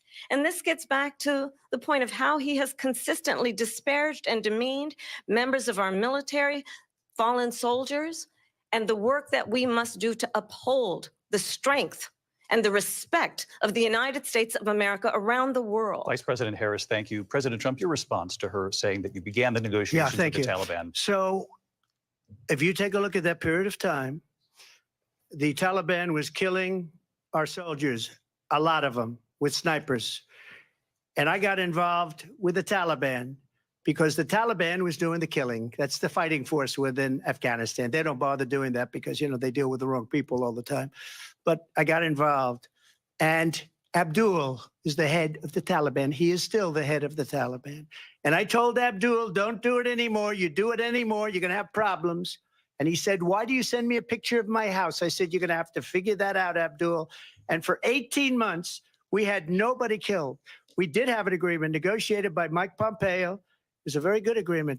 The reason it was good, it was we were getting out. We would have been out faster than them, but we wouldn't have lost the soldiers. We wouldn't have left many Americans behind, and we wouldn't have left $85 billion worth of brand new, beautiful military equipment behind. And just to finish, they blew it. The agreement said you have to do this, and they didn't do it. They didn't do it. The agreement was terminated by us because they didn't do what they were supposed to do. I want to move on. And these people did the worst withdrawal, and in my opinion, the most embarrassing moment in the history of our country. And by the way, that's why Russia attacked Ukraine, because they saw how incompetent she and her boss are. President Trump, thank you. I want to move on now to race and politics in this country. Mr. President, you recently said of Vice President Harris, quote, I didn't know she was black until a number of years ago when she happened to turn black, and now she wants to be known as black. I want to ask a bigger picture question here tonight. Why do you believe it's appropriate to weigh in on the racial identity of your opponent? I don't, and I don't care. I don't care what she is. I don't care. You make a big deal out of something. I couldn't care less. Whatever she wants to be is okay with me. But those were your words. So I'm asking. I don't know. I mean, all I can say is I read where she was not black, that she put out, and I'll say that. And then I read that she was black, and that's okay. Either one was okay with me. That's up to her. That's up to her. Vice President Harris, your thoughts on this? I think honestly, I think it's a tragedy that we have someone who wants to be president who has consistently, over the course of his career, attempted to use race to divide the American people. You know, I do believe that the vast majority of us know that we have so much more in common than what separates us, and we don't want this kind of approach that is just constantly trying to divide us, and especially by race. And let's remember how Donald Trump started. He was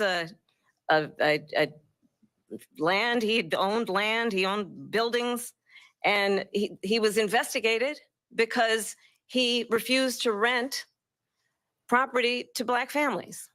Let's remember, this is the same individual who took out a full-page ad in the New York Times calling for the execution of 5 young Black and Latino boys who were innocent, the Central Park 5. Took out a full-page ad calling for their execution. This is the same individual who spread birther lies about the first Black president of the United States. And I think the American people want better than that, want better than this, want someone who understands, as I do, I travel our country. We see in each other a friend. We see in each other a neighbor. We don't want a leader who is constantly trying to have Americans point their fingers at each other. I meet with people all the time who tell me, can we please just have discourse about how we're going to invest in the aspirations and the ambitions and the dreams of the American people?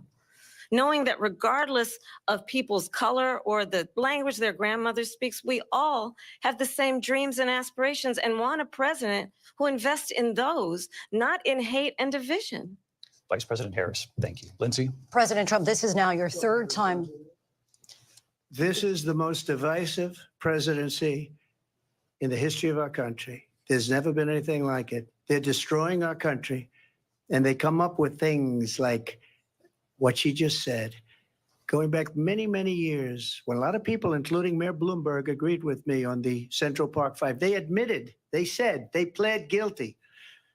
And I said, well, if they pled guilty, they badly hurt a person, killed a person ultimately. And if they pled guilty, then they pled, we're not guilty.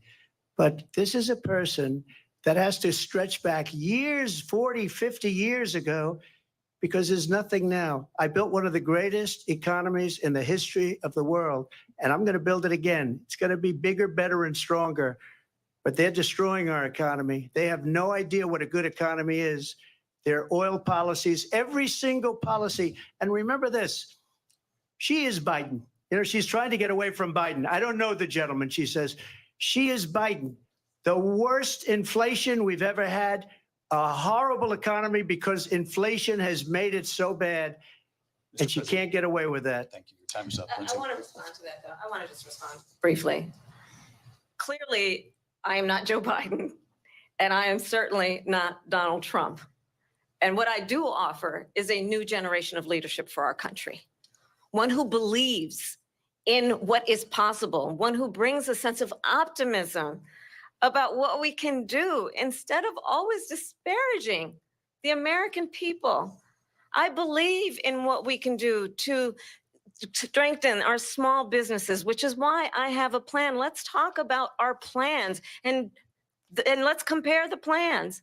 I have a plan to give startup businesses $50,000 tax deduction to pursue their ambitions, their innovation, their ideas, their hard work. I have a plan, $6,000 for young families for the first year of your child's life to help you in that most critical stage of your child's development. I have a plan that is about allowing people to be able to pursue what has been fleeting in terms of the American dream by offering a help with down payment of $25,000 down payment assistance for first-time home buyers.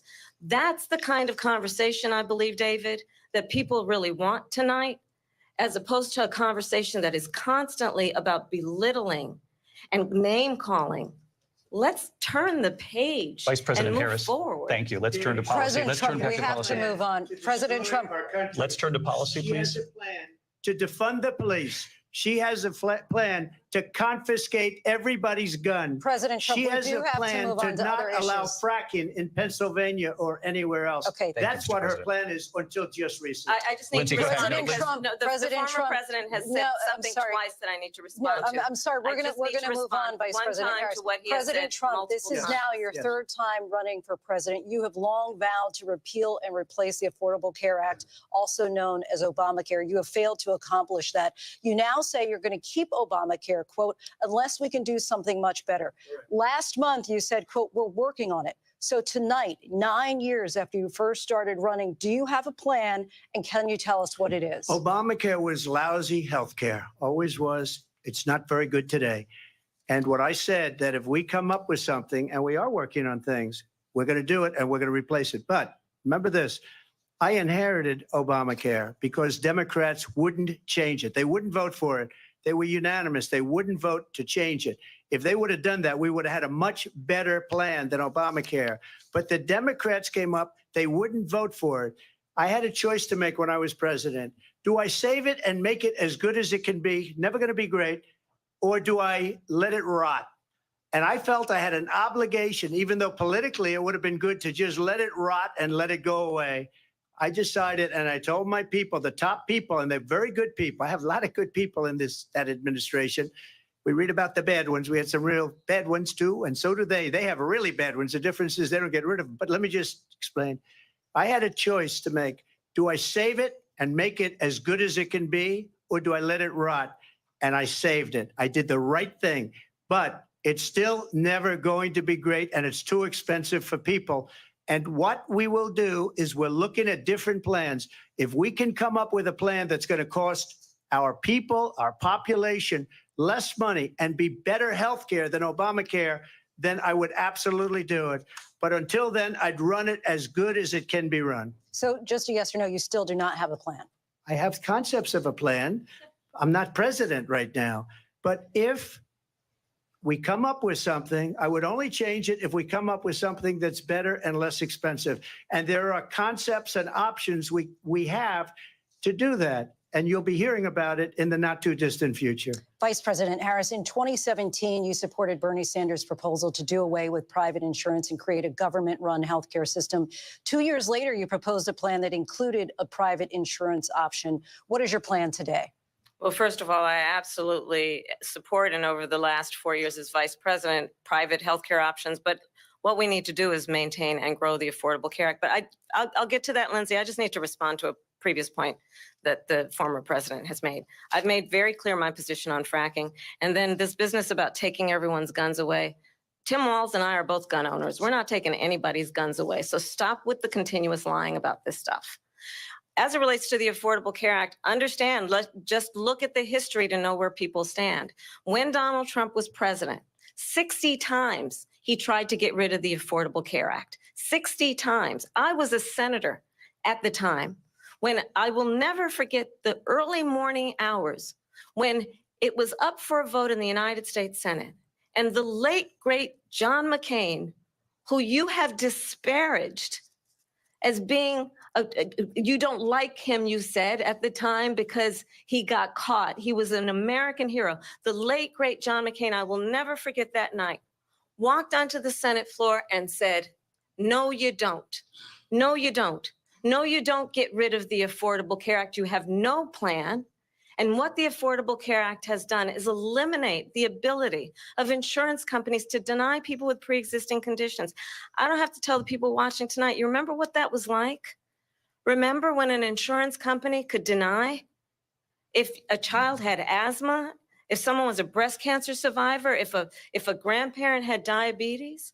And thankfully, as I've been vice president and we over the last 4 years have strengthened the Affordable Care Act, we have allowed for the first time Medicare to negotiate drug prices on behalf of you, the American people. Donald Trump said he was going to allow Medicare to negotiate drug prices. He never did. We did.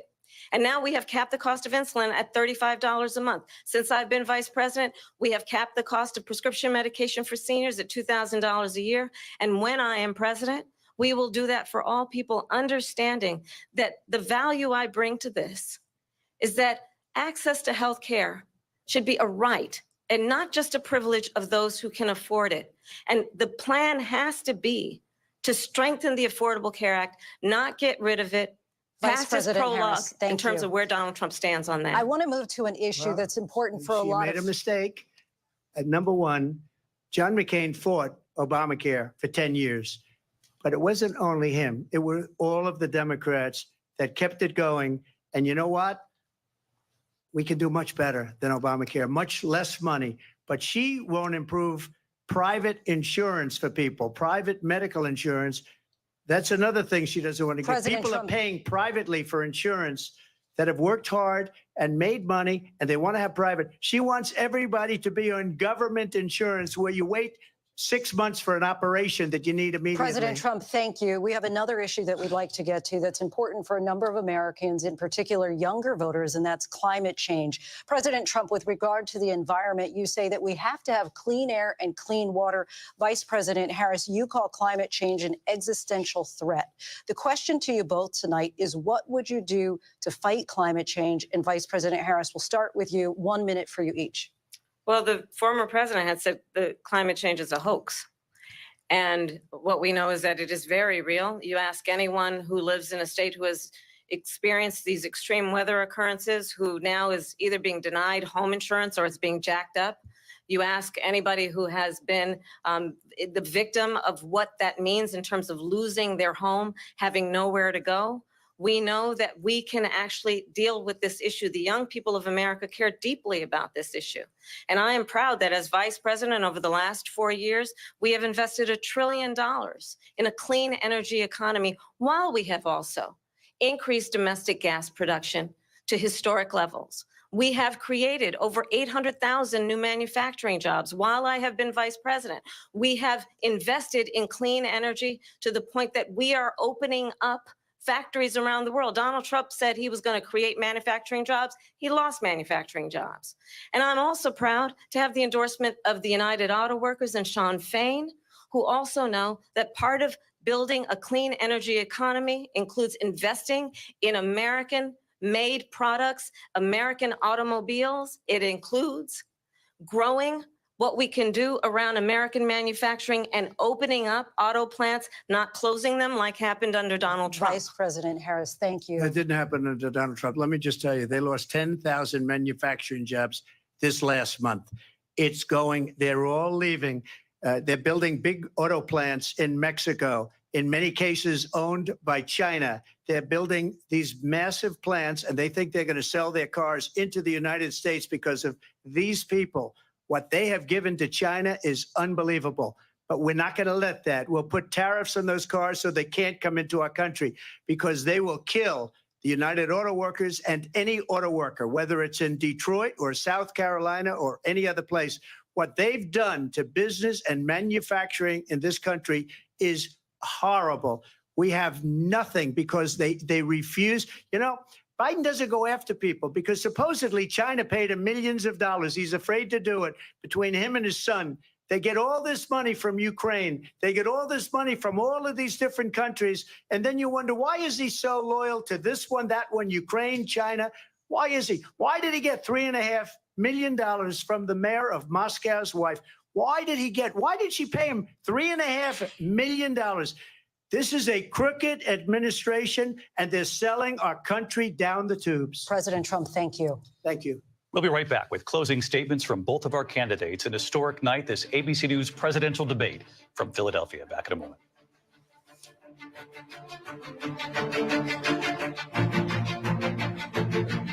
The ABC.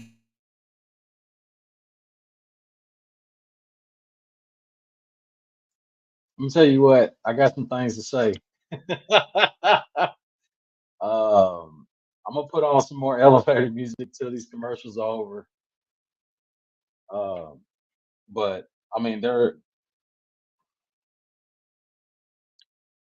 I'm trying to keep notes because it's a lot. Because like I say, I'm probably gonna have to replay this because there was so much said now that some of the previous stuff is kind of getting missed. I'm trying to remember my thoughts on a lot of the on some of the different issues that was previously stated. Um, Yeah, it's some of the, yeah, some of the things that was said is kind of awful. I don't know, but I'm gonna put on some elevator music. I'm gonna try to get my notes back down. Be sure to go ahead and you know what? Matter of fact, while you haven't already done it, uh, I'd really appreciate it if you like, follow, subscribe, you know, on all whatever platform you're watching this on. Um, put out a lot of great content, a lot of fun stuff, and be sure to check me out Thursday for my Behind the Bullshit podcast with Bitcoin Crypto. So it's gonna be fun. But yeah, I gotta.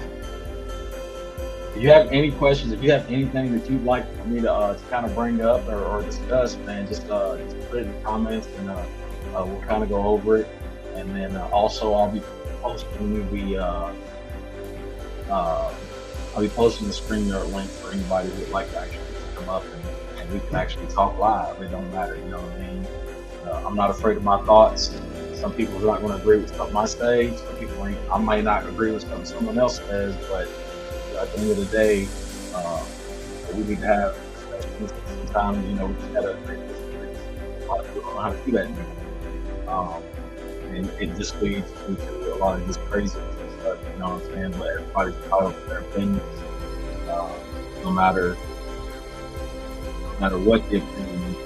Well, especially here in America, you know, right, you are entitled to your opinion. You have the right to have your opinion. Not to have it censored at that. regardless of what it is, your opinion may be wrong, but your opinion is still your opinion, and you have the right to it. Nobody should censor anything you say. Period.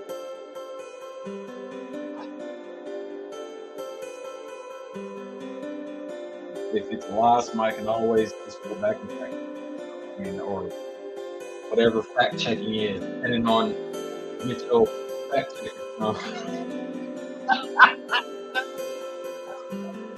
I'm gonna be quiet right now. I'm gonna always let the elevator music play until we get back to this.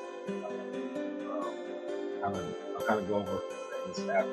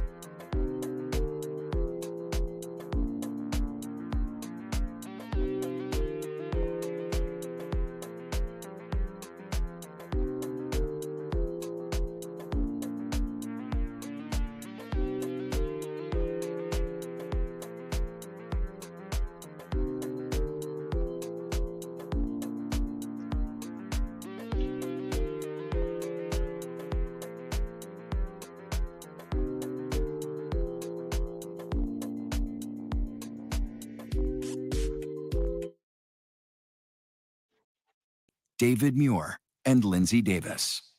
Welcome back tonight. The time has come for closing statements, and Vice President Harris, we begin with you. So I think you've heard tonight two very different visions for our country. One that is focused on the future, and the other that is focused on the past, and an attempt to take us backward. But we're not going back. And I do believe that the American people know we all have so much more in common than what separates us. And we can chart a new way forward.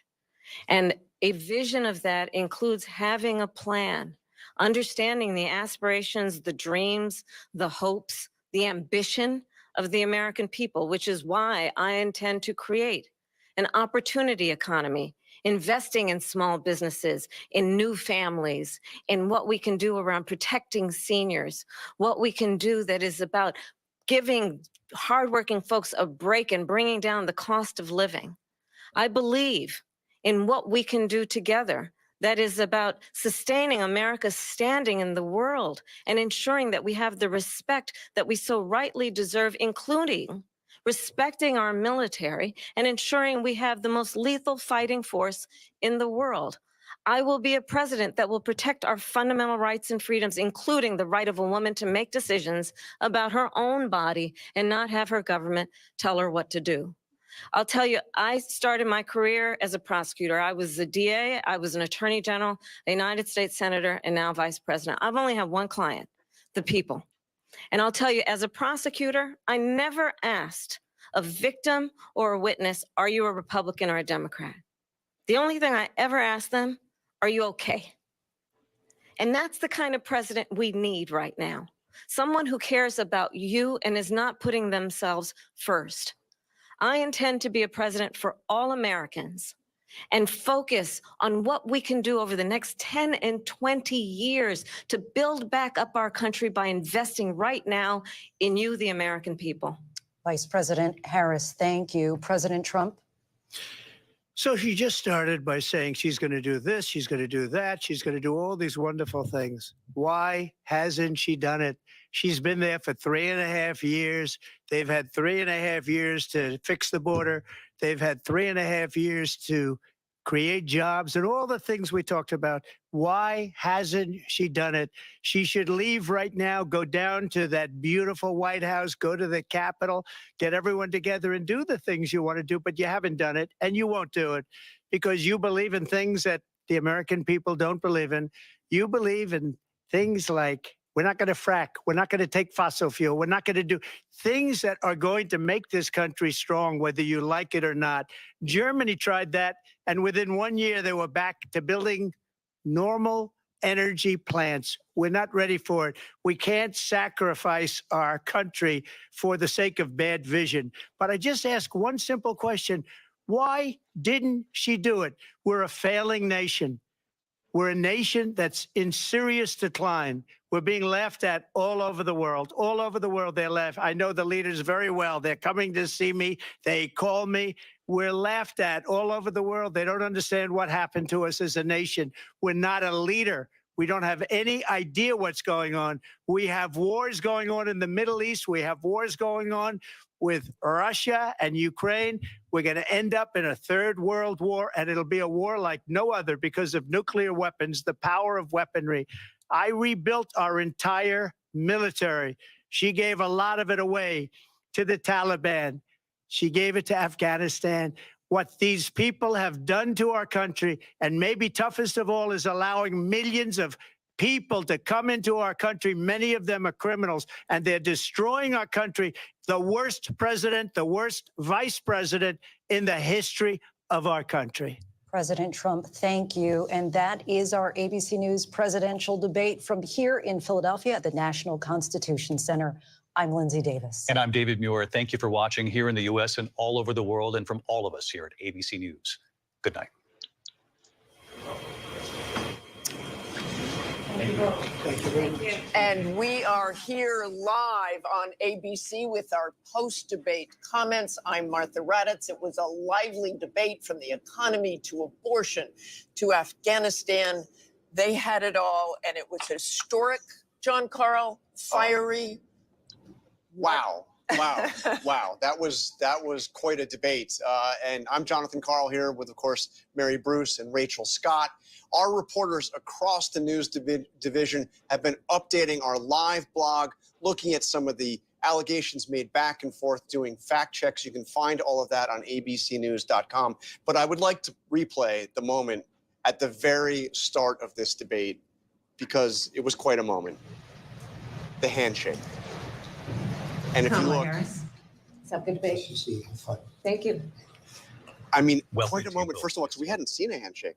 We hadn't seen a handshake in And a she long time. initiated that one. And Yes, she did. not only did she Immediately. initiate it, she walked over to him and sought him out, put the hands out, and also made the first words. And probably had a plan if he hadn't Yeah, put his hand out either. interesting. So more at the bottom line, what did you think? I think clearly what Kamala Harris wanted to do was be the candidate of hope, the candidate of the future, Donald Trump seemed angry within 4 minutes. I think we saw him going from very serious at the beginning, never really seemed to look at her, to just angry. I mean, really yelling at some points, trying to make his points. I don't think we heard a lot of policy and plans on either side of that, despite those questions over and over again. But what you had was that optic. You had Kamala Harris looking over, baiting him again and again and again. The microphones were muted when they weren't speaking, but many times she didn't need a microphone. You watch Donald Trump get mad, and scowl through things. And, you know, John, we were all talking leading up to this about how this would go, what Donald Trump you would see. I think he had a plan about what he saw as a next term, but then he was talking about rumors about people eating their neighbors' pets. So it really devolved into that. I mean, look, Kamala Harris didn't really explain some of the big questions that were out there about why she changed her policy views on so many things. Part of the reason is Donald Trump really was not effective in bringing the debate to her. I agree with you. I think that he looked not just angry, but also rattled. All right, I'm a kind of, yeah. All right, I'm just gonna leave that where it is because I'm kind of gonna go over things myself. Um,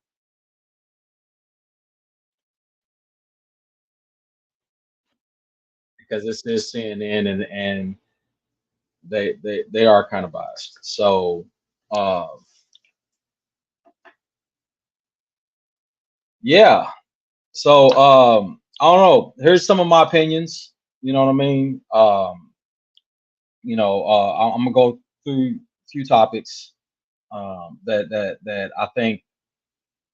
I think are kind of key. And some is just even, I mean, some of this shit's, excuse my language, some of this is really unnecessary anymore. You know what I mean? It's they, you know, on both sides they keep talking about old stuff, and it's just, you know, a lot of us just did, we want to, like say, we're tired of the same old stuff, and you know, especially like we want to kind of just hear what's going to happen in the future. So you know, the whole thing with abortion, they put it back to the states. In my opinion, definitely in my opinion, we already have too much government as it is. Give it, you know, federal government at that. Give it back to the states. Let the states decide. If your state representative or whatever, you know, what you vote in your state, you know, because each state has their own views and opinions, and you know what I'm saying, and they have a more finer view of what their people, the people in their state want, you know, from districts on up. You know what I mean? Government, you know, is in my opinion, the government has deaf ears for what the people wants. And I think them returning that decision to the states is fair and just, and they should leave it that way. I think government, the federal government, should is stuck their nose in too much stuff, and they just need to back off and fix, for one, fix a lot of the wrongs that they've done, and two, I mean, shit, you worried about all that and you can't even balance your own budget. You know what I'm saying? So it's like, I don't know. I'm a little bit of my view is my view, my opinion, but I think there's too much federal government involved in some of the stuff, and they need to back off and focus on some of these major issues that are really affecting us and affecting our economy. The whole thing with immigration, everybody knows that's a shit show right now. And I don't think illegal immigrants should be getting benefits from taxpayer funds when, you know, you got taxpayers that can barely afford to feed themselves. You know what I'm saying? This is it's kind of ridiculous that this is even being discussed, because at the end of the day, illegal is illegal regardless. There's plenty of of people that have come across that have entered the United States legally. Regardless of y'all say, oh well, this is so and so's land, this prior to this. Well, you know what? That's the cost of whatever wars that happened back in the day that led us to let the people of this land owning this land right now. It's happened everywhere. Territories get taken over all the time, and it is what it is. It's just it's the price of war or the cost of war, and territories get taken over everywhere. It's not just here, everywhere.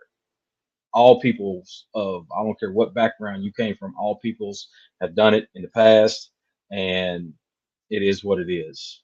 But as far as right now, what the law of our land is uh, come over here legally, or you're illegal and you're breaking the law. And if I was to go out and steal a candy bar, I can't even say, let's just for instance, because at the southern border, that's what everybody wants to talk about. I can't go across that border legally, and I can't come back without any documentation. You know what I'm saying? So it's just one of those things. It's like, why is it good? Why is it okay for one set of people and not okay for another set? You know what I'm saying? If we got rules, if we have law, it should be across the board, period. And like I said, there's a lot of people that came over here legally, and they're upset about it because they took the time, the energy, the money to do things the right way, and they are suffering for it, especially when a lot of our taxpayer dollars are paying for housing, food, and a multitude of other things. And including California voting on a bill to allow to allow illegal immigrants to purchase homes, which one of the issues was housing shortages. Well, that's kind of messed up that you have people here that are paying, they are paying double and triple what a mortgage would cost them to rent, and they don't get any help. Working 2-3 jobs, don't get any help, but you want to give illegal. Now, the term illegal means you broke the law, but you want to reward that by giving them money and allowing them to buy homes that we already have a shortage of, right? So we can kind of talk about that, the shortage of homes, right? Who's been buying up all these? I mean, because we see it all the time. Homes come up for sale, and land comes up for sale, and then next thing you know, these they either get tore down, or if there ain't nothing there, they build these multi person complex. Well, our government entities are buying up these properties and renting them out for triple what the normal rent would be. And of course, you got homeowners and that rent out their homes and such that they worked hard for. They rent them out, and they're like, oh well, if this place is getting this much, I ought to be getting this much, especially when taxes are being increased on a regular basis. Crazy. We pay a crazy amount of taxes. The taxes on our house increased. For what reason? I know not. It's the same stuff that's been there. I mean, I did a little bit of modifications or whatever, but it's nothing significant to cause a $1,000 tax increase. You know what I'm saying? Like, it makes no sense. So it's just those the whole thing with immigration and rewarding that, also trying to allow, which you can fact check that, do whatever research you want, but they're trying. You got certain entities that are trying to allow immigrants, illegal immigrants, to vote, and I think that is a farce and a sham, and I think that is a ridiculous thing that shouldn't be happening. It's ridiculous. I don't care where you're from, who you are, what your background is. You're here illegally. You have no right to vote in our elections. It's ridiculous. Yeah. The whole thing about January 6th, the whole thing, there's a lot of stuff that's actually come out to debunk a lot of those of the claims and the rhetoric that keeps getting repeated and spouted. It is what it is. Kind of like what Trump said. There's people were burning down cities for months, and no one talks about that. But these politicians get threatened. These politicians that are causing strife and turmoil in our lives, in everyone's life. I don't care who you are. We are all in the same boat, and these politicians are continuing to put holes in it. We're all in the same boat. This ain't no all black, white, brown, yellow, pink, green. We are all human beings, and we should have the right to not have to work day in and day out, 7 days a week, until the day we die, to just live. And these politicians, you threaten them a little bit, and it's craziness. But you do it in cities. You burn down cities, set them on fire. These small business owners at that. You taking out small business owners, and that's all. It's hands off. I don't think that's right. You know what I mean? And like I say, some of the things that transpired on January 6th, there's a lot of information coming out as well on these people that actually incited and broke windows and shit like that. These people with the masks over their face and shit like that. Yeah. Yeah. I don't know, man. There's a lot to be said about that. But at the same time, like right now is literally not the time to focus on that. Because if we're going to focus on that, we might as well focus on months of fucking, half these cities in the country getting set on fire. You know what I'm saying? So if we ain't going to worry about that, let's move on and figure out, okay, what's happening now? This whole thing with Ukraine and Russia.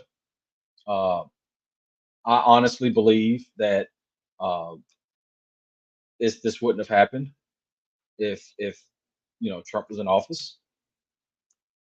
This wouldn't have happened, but he's not, and it happened under Joe Biden and Kamala Harris. And they've really done nothing to stop it other than continuing to fund one side instead of trying to enter some kind of peace negotiations. You know what I mean? Not only that, I truly believe, I honestly and truly believe we should stay the hell out of it. We have enough problems here as it is. You got families that can't feed their kids. You know what I'm saying? Like, why are we paying pensions for people in other countries when we got people here that can't pay their kids, or excuse me, they can't feed their kids? You know what I'm saying? I think that is another farce and a sham that should not be happening. It's ridiculous. We are so worried about everybody. These politicians are so worried about everybody else but the people that they're supposed to be serving. Right? That's honestly in my belief. You know, I mean, it it is what it is. We can't control, literally. We have, other than us going in and literally taking, you know, joining the war, we cannot force them people to do anything else. You got countries over there that ain't forcing them to do anything else than what they're doing. You know what I'm saying? So why is the people here continuing to suffer when other countries aren't doing their part? And that's one thing I agree with Trump on is that, you know, you got other countries that ain't pitching in to try to settle this. Why is it left up to us? You got people that are neighbors to the shit that's going on over there, and they're not helping to settle it.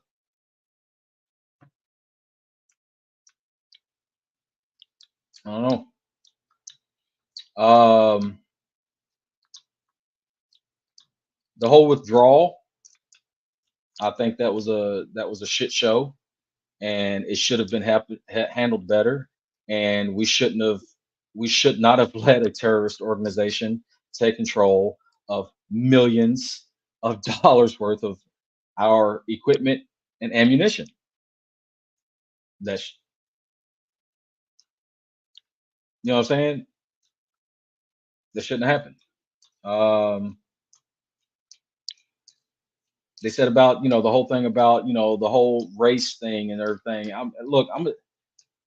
Anybody that knows me knows, like, I don't believe in race.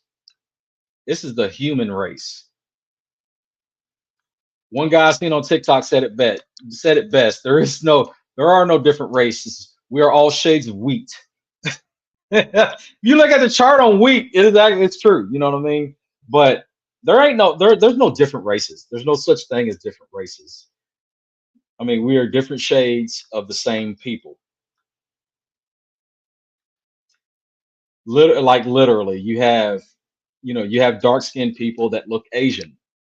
You have light-skinned people that look Asian. You have dark-skinned people that look, you know, from the continent of Africa or whatever. You have light-skinned people that look same. Look at some of these doppelgangers. Look at anybody. You can go Google doppelgangers, and you will honestly see that there's a lot of people that look the same from different countries. Literally with identical faces, but they're all different shades of skin color. We're literally the human race. The whole topic on black, white, green, pink, blue, I don't give a shit.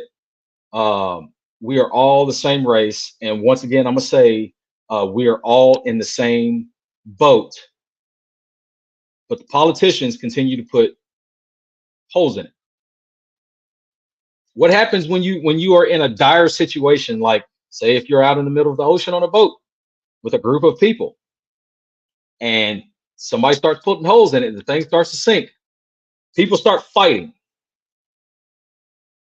Literally. It's been proven. People will begin to fight each other for survive, you know, it's part of survival instincts. You know what I'm saying? They need to stop with that shit. I don't care. I don't care what shade your skin is. What are you doing to help? You are in a position to help.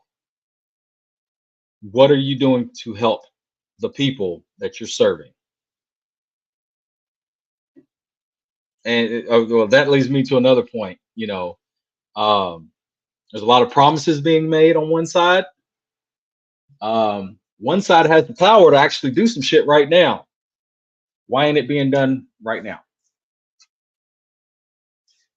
And she said it before, with the swipe of a pen. I mean, why isn't anything, all these promises, oh, I'll get it done when I'm elected. Well, you are a sitting official that has the power to do any one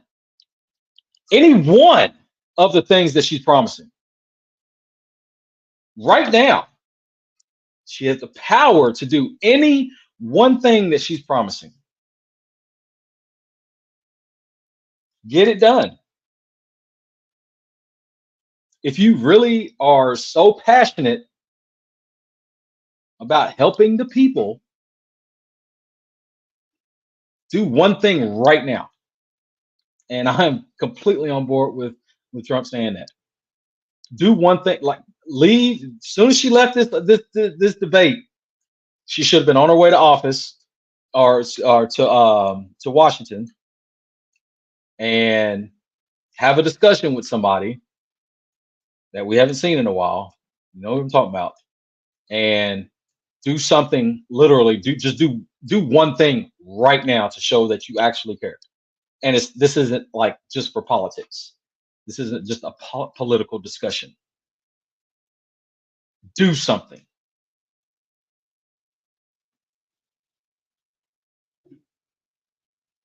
The whole thing with let's see, they said something about like the environment. You know, it's already been proven that look, I don't care what you think of. I don't know. Well, I mean, I care what other people think. I don't soundbite that and take that out of context. I care about what people think. I guess in my opinion, climate change isn't as serious to these politicians as they claim. I don't care what side of the aisle you're on. This climate change agenda has been used to bend the will of the people for a very long time now. They figured out that they can manipulate some minds by saying, "Oh, we're all going to die soon." They've been saying it for if we don't change. They've been saying it since the 80s. If we don't change in 10 years, the population is going to be decimated. The world's going to be gone. The polar ice caps are melting, and there's not going to be any land left for people to stand on. Well, I mean, the world itself is going under changes. It goes through seasons, you know, and we've seen some melting happening, and nobody's beach home on any section of beach anywhere is underwater. Explain that. And as far as, you know, and everybody can label this conspiracy theories or whatever, you know, it is what it is. This is my opinion. You don't have to believe my opinion. I'm not trying to convince anybody of my opinion, but I have this little podium right here, and I just kind of want to go over my thoughts on what was said. But I mean, why, if the air was so important, why are we giving tax credits, or excuse me, you know, clean air credits or whatever it is, environmental credits to companies that are paying extra to dump garbage into our waters and pump pollution into our you know, our atmosphere? Why are they allowing entities to manipulate clouds and such? We've seen it in Dubai recently. In Dubai, it was all across the news that they was trying to make it rain, and they did, and it flooded the entire fucking city. Oh, excuse me. Oh, and it flooded the entire city. Massive floods in Dubai because they were trying. Their scientists and all their genius is trying to manipulate the weather, and it's not just happening over. It's here. They can make it rain right now anywhere they want. They've got antennas and stuff all over the place, and you can claim it's conspiracy theories, but look it up. They've been pumping chemicals in our air for a very, very long time. So why is it okay? You care about the environment so much. But you know, that's okay.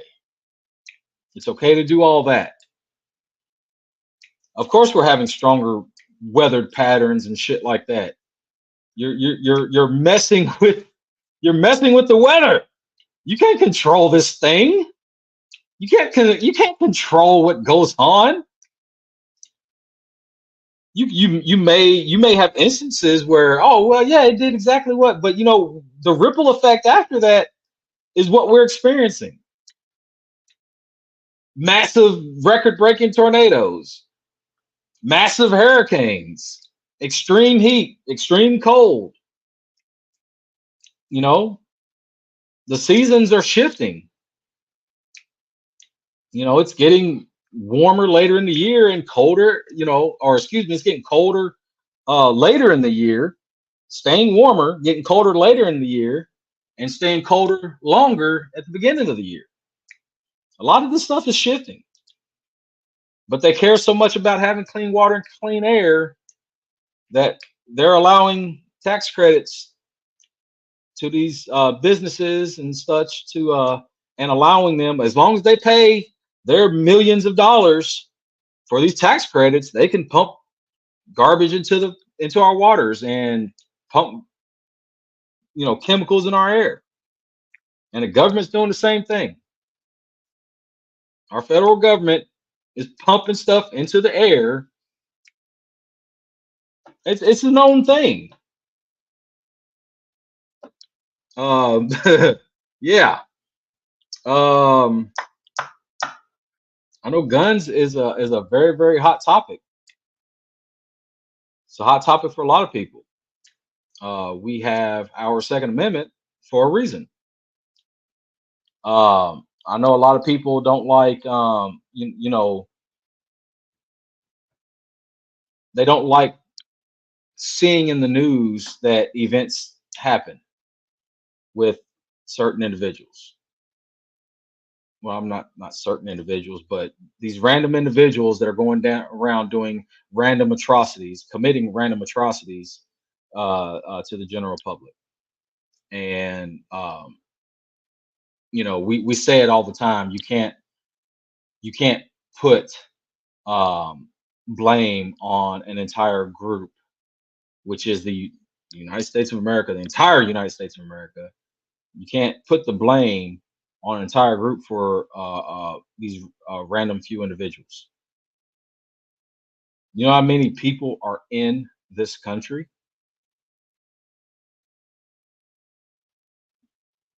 I mean, you can't. This doesn't happen to normal or with people that are kind of in the right state of mind, I would say. I am a gun owner, and my weapons they don't move from their positions unless somebody picks it up. I go to my safe and open my safe and pull something out. Them things does not move. And you know, trying to classify a certain group of weapons as assault. Well, your fists can be assault weapons. This controller right here, this controller is just a controller. But if I chuck it and knock you upside the head with it, this has now been turned into an assault remote. You know, they keep, you know, they keep spitting this rhetoric that you know, this military grade, no one should have military grade weapons and such like that. Well, I'm gonna tell you what, I am ex-military, and to get what we had in the military, you have to have a very you got to pass some serious federal background checks. I'm talking about some serious federal background checks, have your fingerprints, the whole nine, to acquire the type of weaponry that the military has. You know, what we have out here in the civilian world now, unless it's illegally modified, that's totally different. Then it's illegal, you've committed a crime. There you go. That's illegal. But as far as us being able to legally have what we have. I mean, we can't go out. The average person cannot go out and buy a rocket launcher. You can't. What would you think? You know what I'm saying? So as far as they're like, oh, it's fully automatic. Well, we all know that fully automatic weapons in the public is illegal. And if you own one, guess what? Or if you purchase one, you broke the law.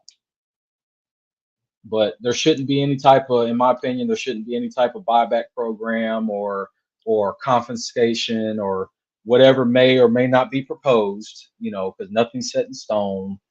Politicians, they say a lot of promises, but you know, before they get elected, but once they get in, they still got to fight Congress, they still got to fight the Senate to make things happen, you know, unless they are the president and they can use executive powers on certain things, you know what I'm saying? But even then, the rest of the government can still fight that, you know what I'm saying?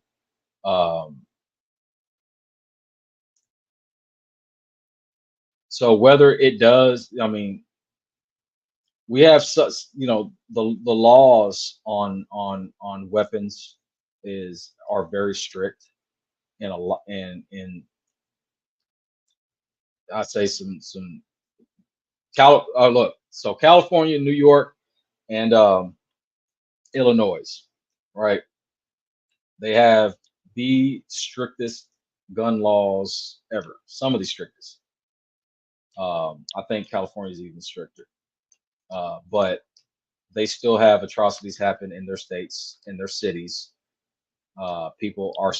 Criminals are still acquiring firearms, not through legal methods. So you create more gun laws, but criminals are still going to be criminals, and they are going to do the criminal thing and acquire whatever they want in a criminal fashion, which, you know what I'm saying?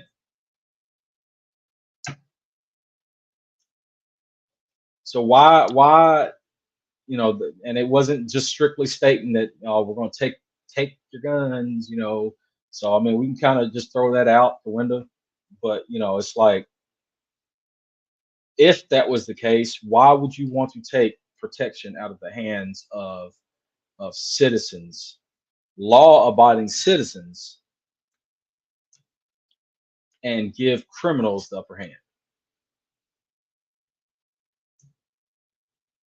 So that's my opinion on that. It wasn't stated. Now, don't quote me wrong. It wasn't stated that, because she said in the debate, I didn't never said I was going to take your gun. She had certain opinions on it. You know what I mean? And like she kind of backpedaled a little bit on The View or whatnot. But we kind of all know that what she said in the past, and like I say, politicians usually change their stance on things when they see that polls aren't going exactly the way they want it, so they kind of change things up. But we've seen it with some previous elections, that they make these promises and nothing comes to fruition because their donors don't want it. Then you got other powers that pay don't want it, so it doesn't happen. But it was a nice promise. It was a nice gesture, but it never goes anywhere. We've seen it plenty of times.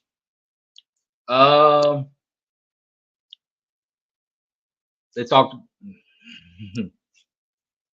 So they talked about drug prices, right? Oh, we lowered the cost of insulin. Well, we're taking credit for that, and this is, go look it up. This is fact. Trump lowered it. Biden got in office. He vetoed the bill.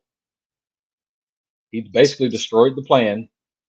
Cost of insulin went up, and then they went back and lowered it again, and took credit, said they lowered it. The jobs thing. I don't care what you think about the pandemic. It doesn't matter. Or I mean, it matters, but whether you think it was a planned thing or what, it happened, right? And a lot of people lost their jobs. A lot of people lost their jobs because they didn't want to be forced into,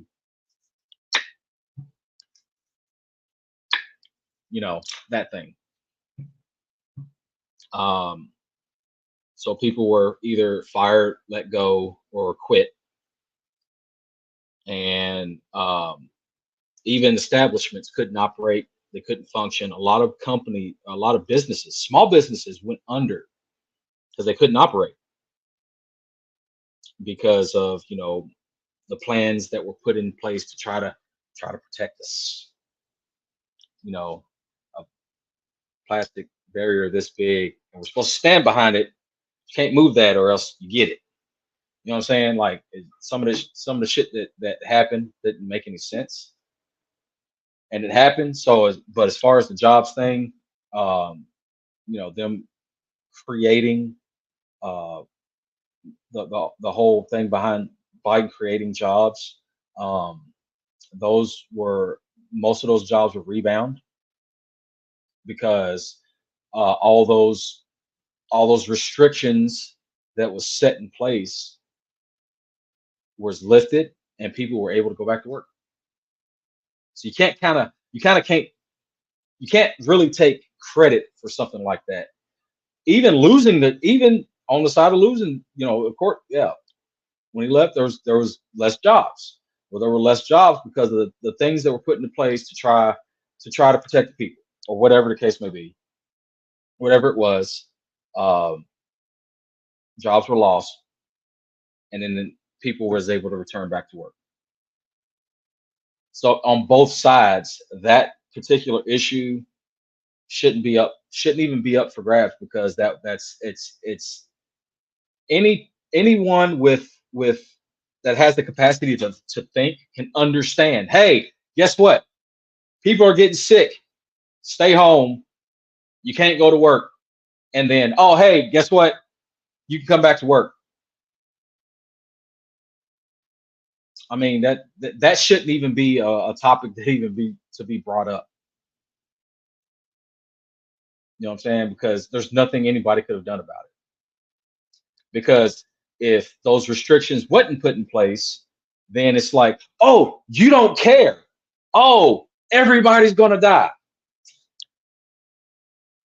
I mean, what was anybody? Even somebody's, your governor, your local officials, were put in a position to do things because you had a lot of screaming people and a lot of scared people, and they did things, and it affected us. It did. It affected us, and trying to play that card to win some votes right now, I think that's ridiculous. We keep talking about. I like the let's turn the page. I don't like. I don't think that was a. I don't think that's even. I think that's just a statement that was like, it sounds good, so let's do it. Let's say it. Let's continue to say it. But what are you actually doing to turn the page?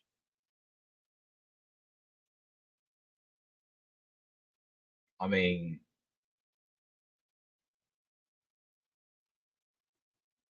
I don't know. There was a few other things that was said. I'm gonna have to go back and re-listen and kind of look at everything and just go through some of the back and forth that was said. Even and on Trump's side, man, I mean, I wish he would have been as calm and collected as he had been during the debate with Joe. I think that he did kind of lose himself a little bit with he got very upset, obviously. But I mean, I even myself, I don't think I could hold my composure when you got somebody spitting a lot of lies. I mean, and he said some things and stuff about the whole. I don't give a fuck, people. Hey, look, if you want to eat a dog, you want to eat a cat, you want to eat a rat, I don't care. What's that got? I mean, what's it got to? That's not affecting the way I live. I mean, people in other countries eat very different things than we do. That is a known thing. They have there's areas where bugs are a delicacy and it's served in the streets. You know what I'm saying? Like get out of here with that. I don't care. Somebody's eating a stray dog. I don't care. I have my pets. I love my pets. And if you was to hop over my fence to try to take my pets, probably get shot.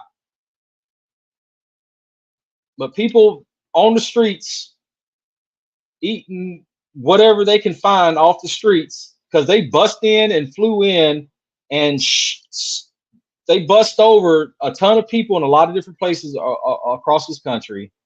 And a lot of them don't know what to do. And a lot of them are from countries where they eat whatever the hell they can find. And if I was hungry, I would skin a cat too. I don't care. You think about that what you want. But at the end of the day, what you eat is not affecting the way I live. What's affecting the way I live is these decisions these politicians are making. They are listening to the people that are paying them, which ain't us. I'm talking about these corporations that are paying them to continue doing what they are doing. A lot of these corporations have been caught continuing to sell things at a higher cost than what they should be right now. What are you doing about that? Why is a gallon of milk still $7? Why are you forcing farmers to dump good milk? That's another question. I'm not lying. Why are you forcing farmers to dump good milk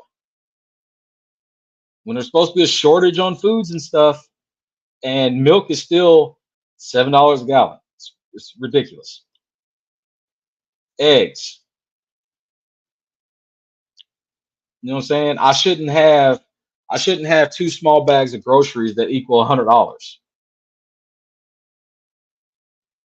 Why are the healthy foods so much more expensive than the garbage that they're feeding us? Why are companies continuing why are companies continue to be allowed to put chemicals in our food that are illegal in other countries? Seriously.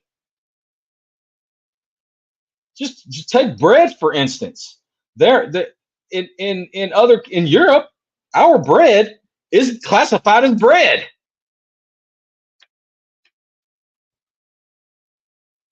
Like, how does that make sense? And especially lately, a lot of people on social media in other countries are showing what the label of ingredients on the shit that they're buying. Huge difference. Huge difference. I'm serious. Huge difference. The garbage that these companies, you care so much about the people, but they allow these companies to continue to poison us. You guys, my wife, I've changed my diet a lot. I don't know if y'all noticed, but from the first of this year, when I decided to get right with my body, all that garbage, eating at McDonald's, I had eight McDonald's a month, right? And I stopped off because I was hungry, and it was like, you know what? It was super, super late. Even my wife was like, "Look, it is late. You're getting home from work super late. Just stop and get you something to eat." I stopped at McDonald's. I just got me a cheeseburger, and I threw that shit up. By the time I got about a block from McDonald's, about a block after McDonald's, I threw it up. I can't even stomach fast food anymore because I haven't ate it in a very long time. You know, I don't know. Some people might say, "Oh, well, Vince, you got stomach issues then because I eat McDonald's and nothing's wrong with." Well, you eat it on a regular basis too, don't you? That's like with any you can get with any drug addict, and yes, you can might as well consider it drugs. They're feeding us chemicals, and our bodies are used to these chemicals, just like a drug addict, like an alcoholic. You eat it for so long that your body's used to it, and then when your body doesn't have it, like say you stop eating, like say you eat McDonald's, whatever, on a regular basis. Um, you stop eating it like cold turkey, you'll get sick. You'll be sick for a little while. It happened to me. You'll get sick for a little while, and then you'll slowly recover. Drink water. Drink plenty of water. Drink plenty of water. Sodas. If you drink 2, 3, 4 sodas a day, and you was to immediately stop drinking a soda, you go 2 days without drinking a soda, you'll be sick. It's because your body's used to the poison. It's no different from a drug addict. It's no different from an alcoholic. They've got you addicted to food. They've got you addicted to the poisons that they want us to consume to keep us sick. It helps out these corporations, and it helps out the health industry because they will forever have patients, sick patients.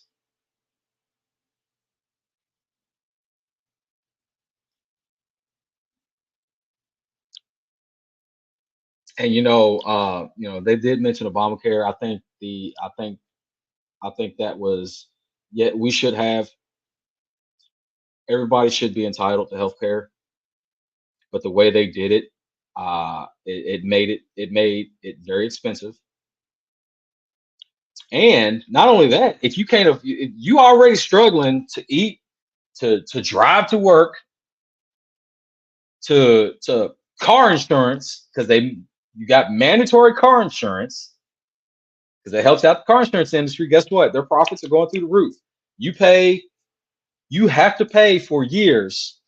You may not get into an accident, but you have to continue to pay those premiums, or you get a ticket, go to jail. So you already struggling to pay everything, and then if you don't have health insurance by the end of the year, guess what? You get penalized. You got to pay a fine. You can't afford to pay for health insurance, but then you got to pay a fine on top of that. Come on, man.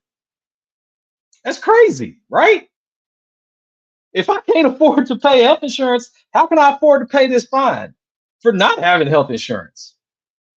So I do think that definitely needs to be restructured, that they need to have some kind of clear and concise plan on how to move forward and how to change that, because it's not helping anybody.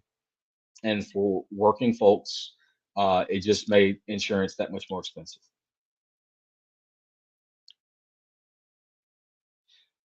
But then you have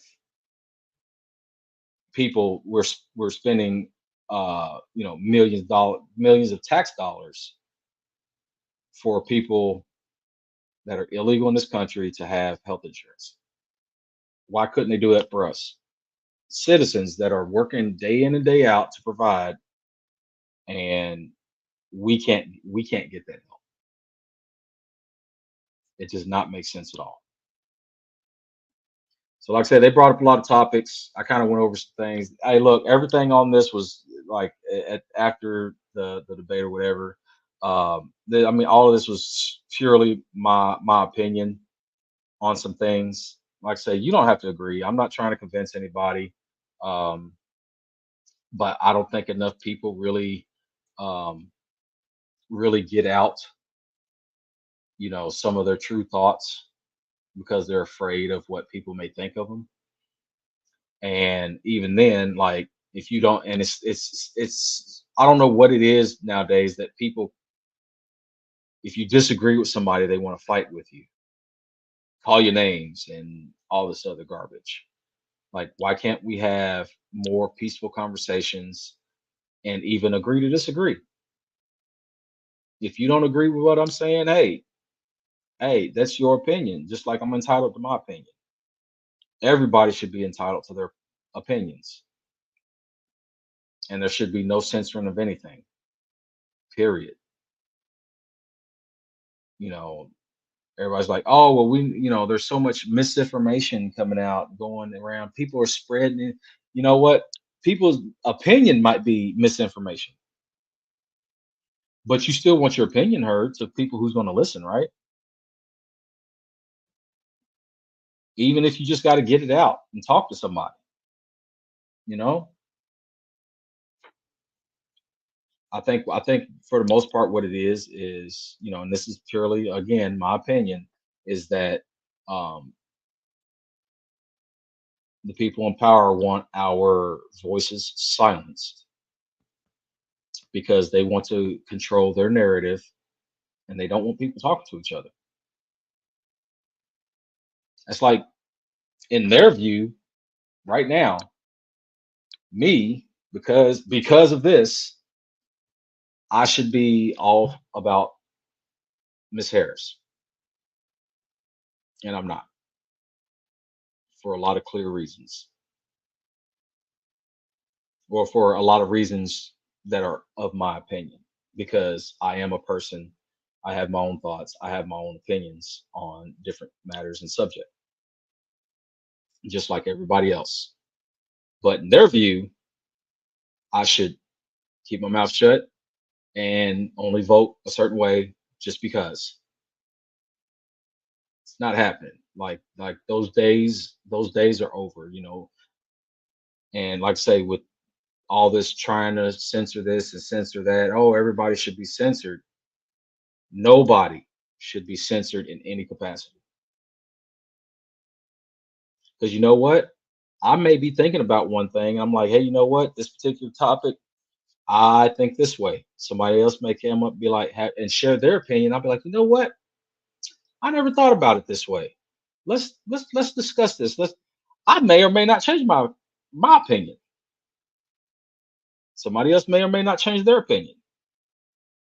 But we have to have those discussions instead of having those walls in between, in between peoples.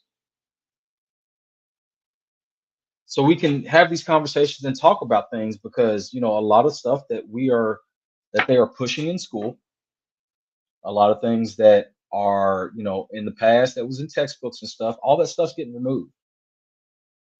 And how else are we supposed to really get a full grasp on anything unless we can formulate an educated response? If they're taking away bits and pieces of information, how are we supposed to make an educated decision on anything?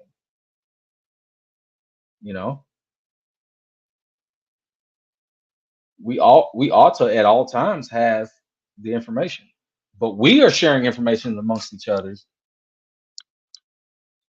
But the people in power are, oh, they love to redact everything. They love to classify everything. You know what I'm saying? So there in itself, without giving all of the information and pushing pushing whatever narrative they want to push only based on, you know, you got this pen and you know, this pen and this cap, and this is your whole truth, right? If they're only pushing a narrative on this, how are we supposed to make an educated decision on the whole topic, right? I mean, this is with anything. I don't care who you vote for. I don't care what you look like. Everyone should have the same information, and everybody should have all of the same information. You know, I see it all the time on different platforms that I'm on. You know, you got one platform, and because they claim algorithms, but in a sense, all of these platforms are, you know, they'll help push one narrative to certain groups of people, and I think that's wrong, especially when it comes to matters such as this. That is very important. We have a national, our federal election coming up. We have, you know, whatever election, period. But we have a very important, this is for the presidency of the United States of America. And not everybody has the same information, and none of us have all the information. They keep slowly leaking little things out here and there. You know what I mean? And that's wrong. That in itself, that right there is a clear definition of election interference. Seriously. That is, and it should be illegal. And it should be illegal for these media outlets to do the same thing. Not just the social platforms, but these news these news agencies, these news stations, these reporters. And that's another reason why they want social media censored. It's because people like me, it's people like as other people that are giving their opinions and sharing this information slowly but surely. We're piecing things together. They don't want that because that destroys the narrative. Whatever narrative that is. I'm not talking about left, right, middle, whatever. That's whatever narrative it is. I don't care what it is. Any narrative that they want to spin, they utilize these platforms, including the mainstream media and the radio.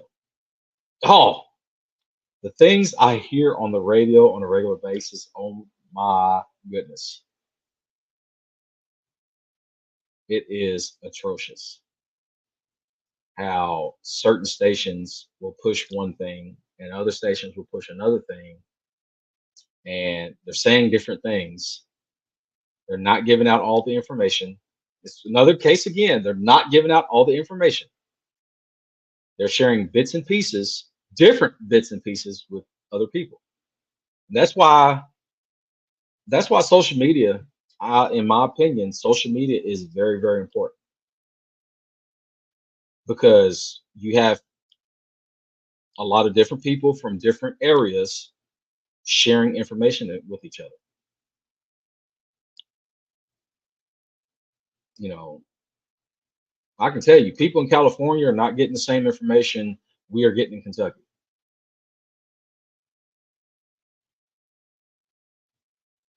The same little bits of information is not getting shared. And the agendas are wildly different.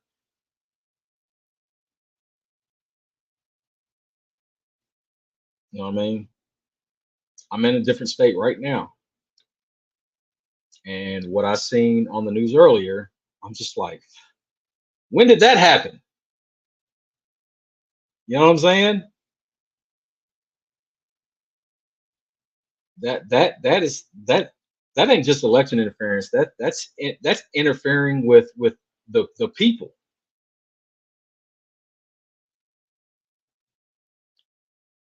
You know, this is beyond election integrity or election interference. We are being robbed. We got this internet and we are being robbed. We should be able to research and do whatever we want, but we are being robbed of the opportunity to gather all of the information on whatever topic that we want to research.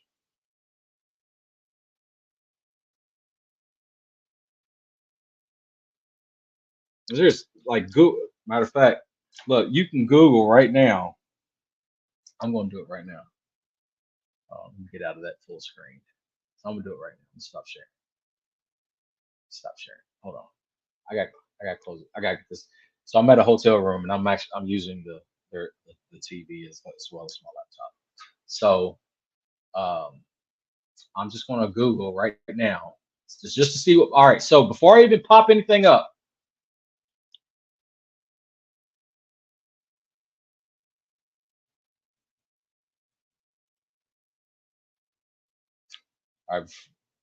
All I did was open a new tab, right? So let's share this screen real quick. Let's see what immediately is getting shared to us. Because I guarantee you, not even they deciphered all of this information immediately. So we got there, watch live stream as it happens. Trump-Harris debate upends Democrats' expectations. There was something like right here. Let me move this back. This was the first thing that popped up. Gen Z knows who they're voting for before Trump-Harris debate survey. But they have they don't have both sides. They just have Kamala's face right there, right? So that's all immediately. And this is just straight off. What is this? This ain't Google. This is Bing or Microsoft or whatever, right? Yeah. So what is that? What is Microsoft? Bing. So that right there, immediately. Let's see what else. See.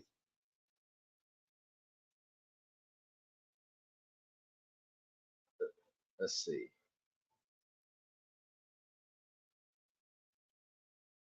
So we got right there. Let's see. Trump hosts 2 swing states, but you got to scroll down for this. How many people actually scrolls down on these news feeds?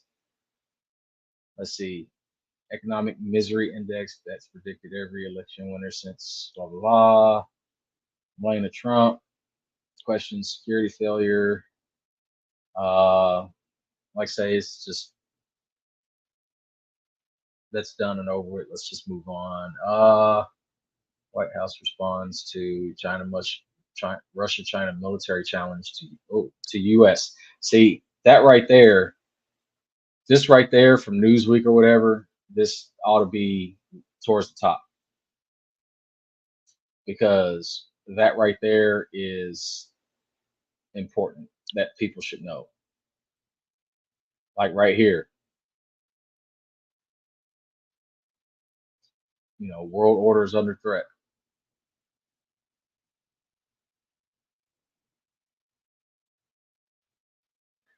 Harris slams Trump for killing border debate.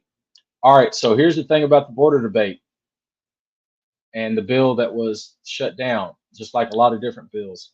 If these politicians would just put a bill in that goes and plans towards that specific topic, and we've seen this happen before. If it was just literally just a bill said, hey, you know what? We're supplying this much to the border, blah, blah, blah, this and that. But they got to add in a whole bunch of other shit, like continuing to send money to other countries instead of just funding what they are talking about funding for. But they send out these 10,000-page bills in the middle of the night and give them 2 hours, you know, or 24 hours or whatever to vote on it, and they vote on it in the middle of the night while everybody's supposed to be sleeping. you know,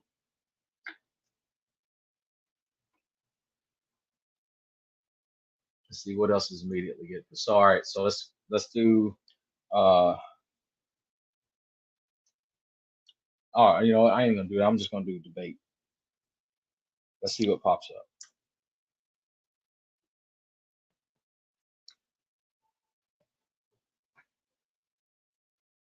All right, news about debate. Harris campaign calls for second presidential debate challenge. Okay. Harris and Trump spar over abortion. Trump spent the debate walking into traps Harris laid for him. Oh, and they used the picture where he shook her hand. Like, let's see, Trump's word salad debate answer on Afghanistan. In debate, Trump rants, pets are not being eaten. I don't care about that. I don't even know why they brought that up in the first place. I don't, you know. And then Taylor Swift immediately makes Trump's terrible debate night way worse.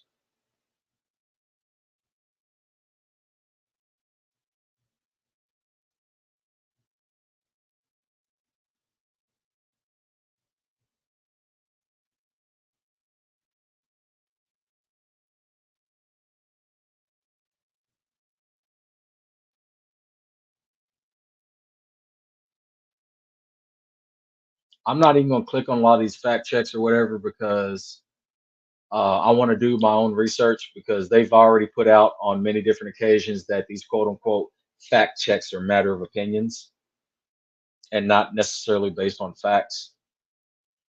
So you need to do some research and fact check your fact checkers.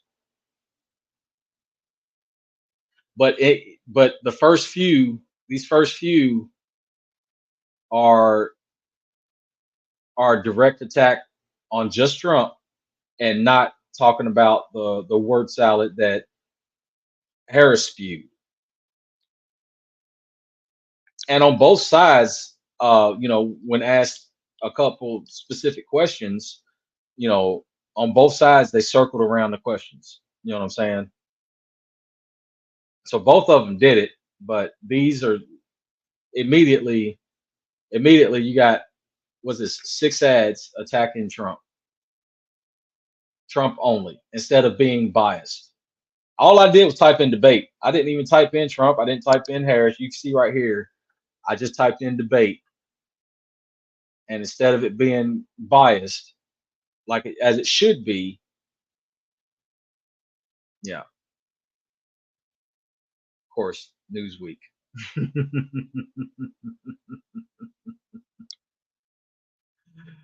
Oh man. But hey, you know what? I'm gonna leave that where it is. Let me check some of my messages and stuff. I appreciate everybody that you know tuned in to watch the debate from my channel. And you know, and even sticking around for me running my mouth for a little bit. I'm probably going to end up holding a round table, call up some of my buddies. We'll have a round table and discuss it. We'll go over some things and such. You know what I'm saying? Because I mean, like I say, there may be some things that even some of my opinions that I stated tonight, you know, maybe somebody else could shed light on something I missed and be like, you know what? Oh, you have a bit of information that I missed. Oh, now that I understand and have all of the information, I can make a better decision, or I can maybe even restate my opinion or restate my position on some things. But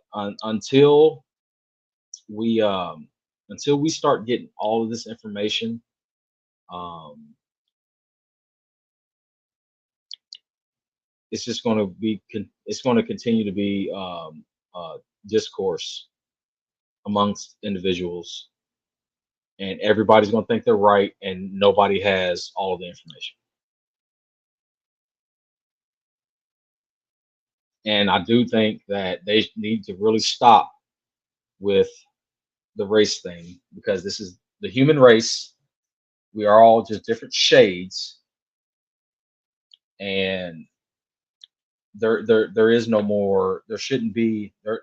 And in my opinion, there shouldn't be just like a black community, a white community, a Hispanic community, or whatever. Hey, look, we are all Americans. We need to that division right there is what's continuing to help cause the mayhem and discourse that's happening, and it's giving these politicians leverage to continue to put holes in our boat.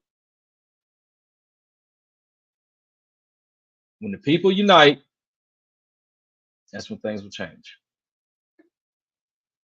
But until then, these politicians are going to continue to run their mouth and cause division amongst the people, because as long as we're divided, they have all the control. They can control narratives and control everything.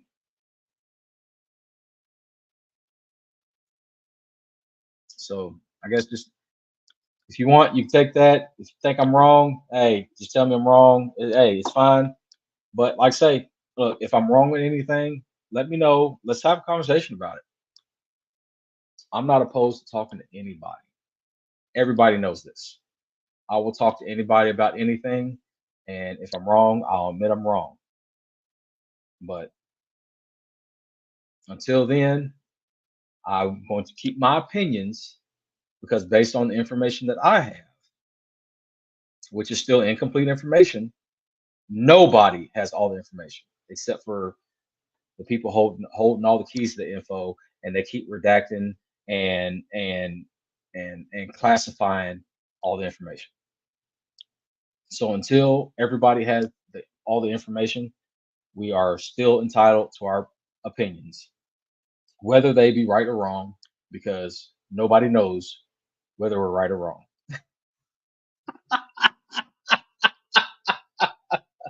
With that being said, hey, once again, I really appreciate everybody for hanging out. If you haven't already, please shoot me a sub, like, subscribe, whatever the case may be, on whatever platform you're listening to this on, watching this on. I will be posting this. I probably won't be posting the whole thing on. I may post it on. It'll be on. So you can look up Behind the Bullshit. It's that's my podcast, and it's on iHeartRadio, Apple iTunes, Spotify, SoundCloud, Podbean. Like I put my podcast out just about everywhere I can put it out. So if you want to listen to it, that's fine. If not, still it helps me out to hit that like button, hit that subscribe button, and everything, and helps out analytics, and you know what I mean. It's just nice to see. But that being said, hey, I appreciate it. Thank you once again, everybody. And oh shoot, my mom was in the building. What's up, Mom? Hello, Mom. Love you, Ma.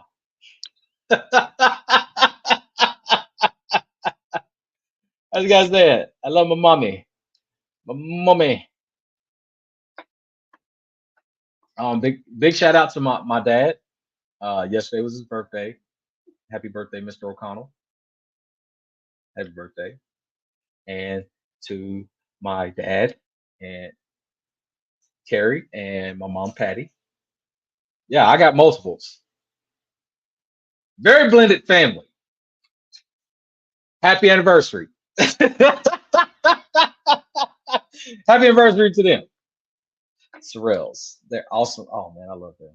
I love them too. Man, they're so awesome. If you didn't, hey, for those that don't know, they didn't know about me. Found them a few years ago, and it's been awesome. It's been fantastic. One big happy family. Dude, our family's so fucking blended, man. It is crazy. But look, hey, look, so Thursday, I really appreciate it. Show up, show out. Dude, hey, I had another look. I've had so many guests on this podcast. It's been, dude, this thing has been a success. I've had Double Take Jake. I've had Wendy O. I've had I've had so many crazy people. And it just keeps going, man. I don't know. Hey, it's been a very, very successful thing. Man, I had another intelligent person on last week, Henoch. If you don't know who Henoch is, you may not be in the crypto space, but if you're in the crypto space, I guarantee you know who Henoch is. We had a very, very nice discussion last week.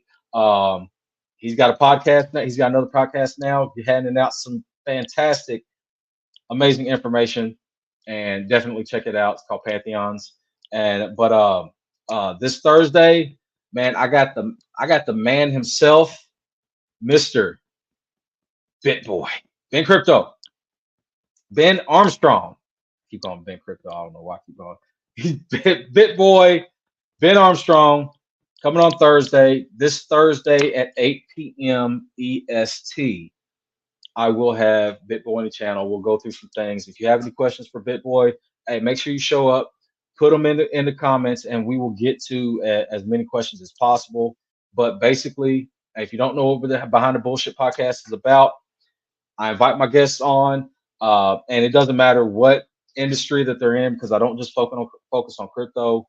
I mean, you got people in many professionals in many different industries, and I like to know basically where they started, where they are now, some of the ups and some of the bullshit that they've went through to get to where they are. So that's Behind the Bullshit podcast. I'm getting on out of here.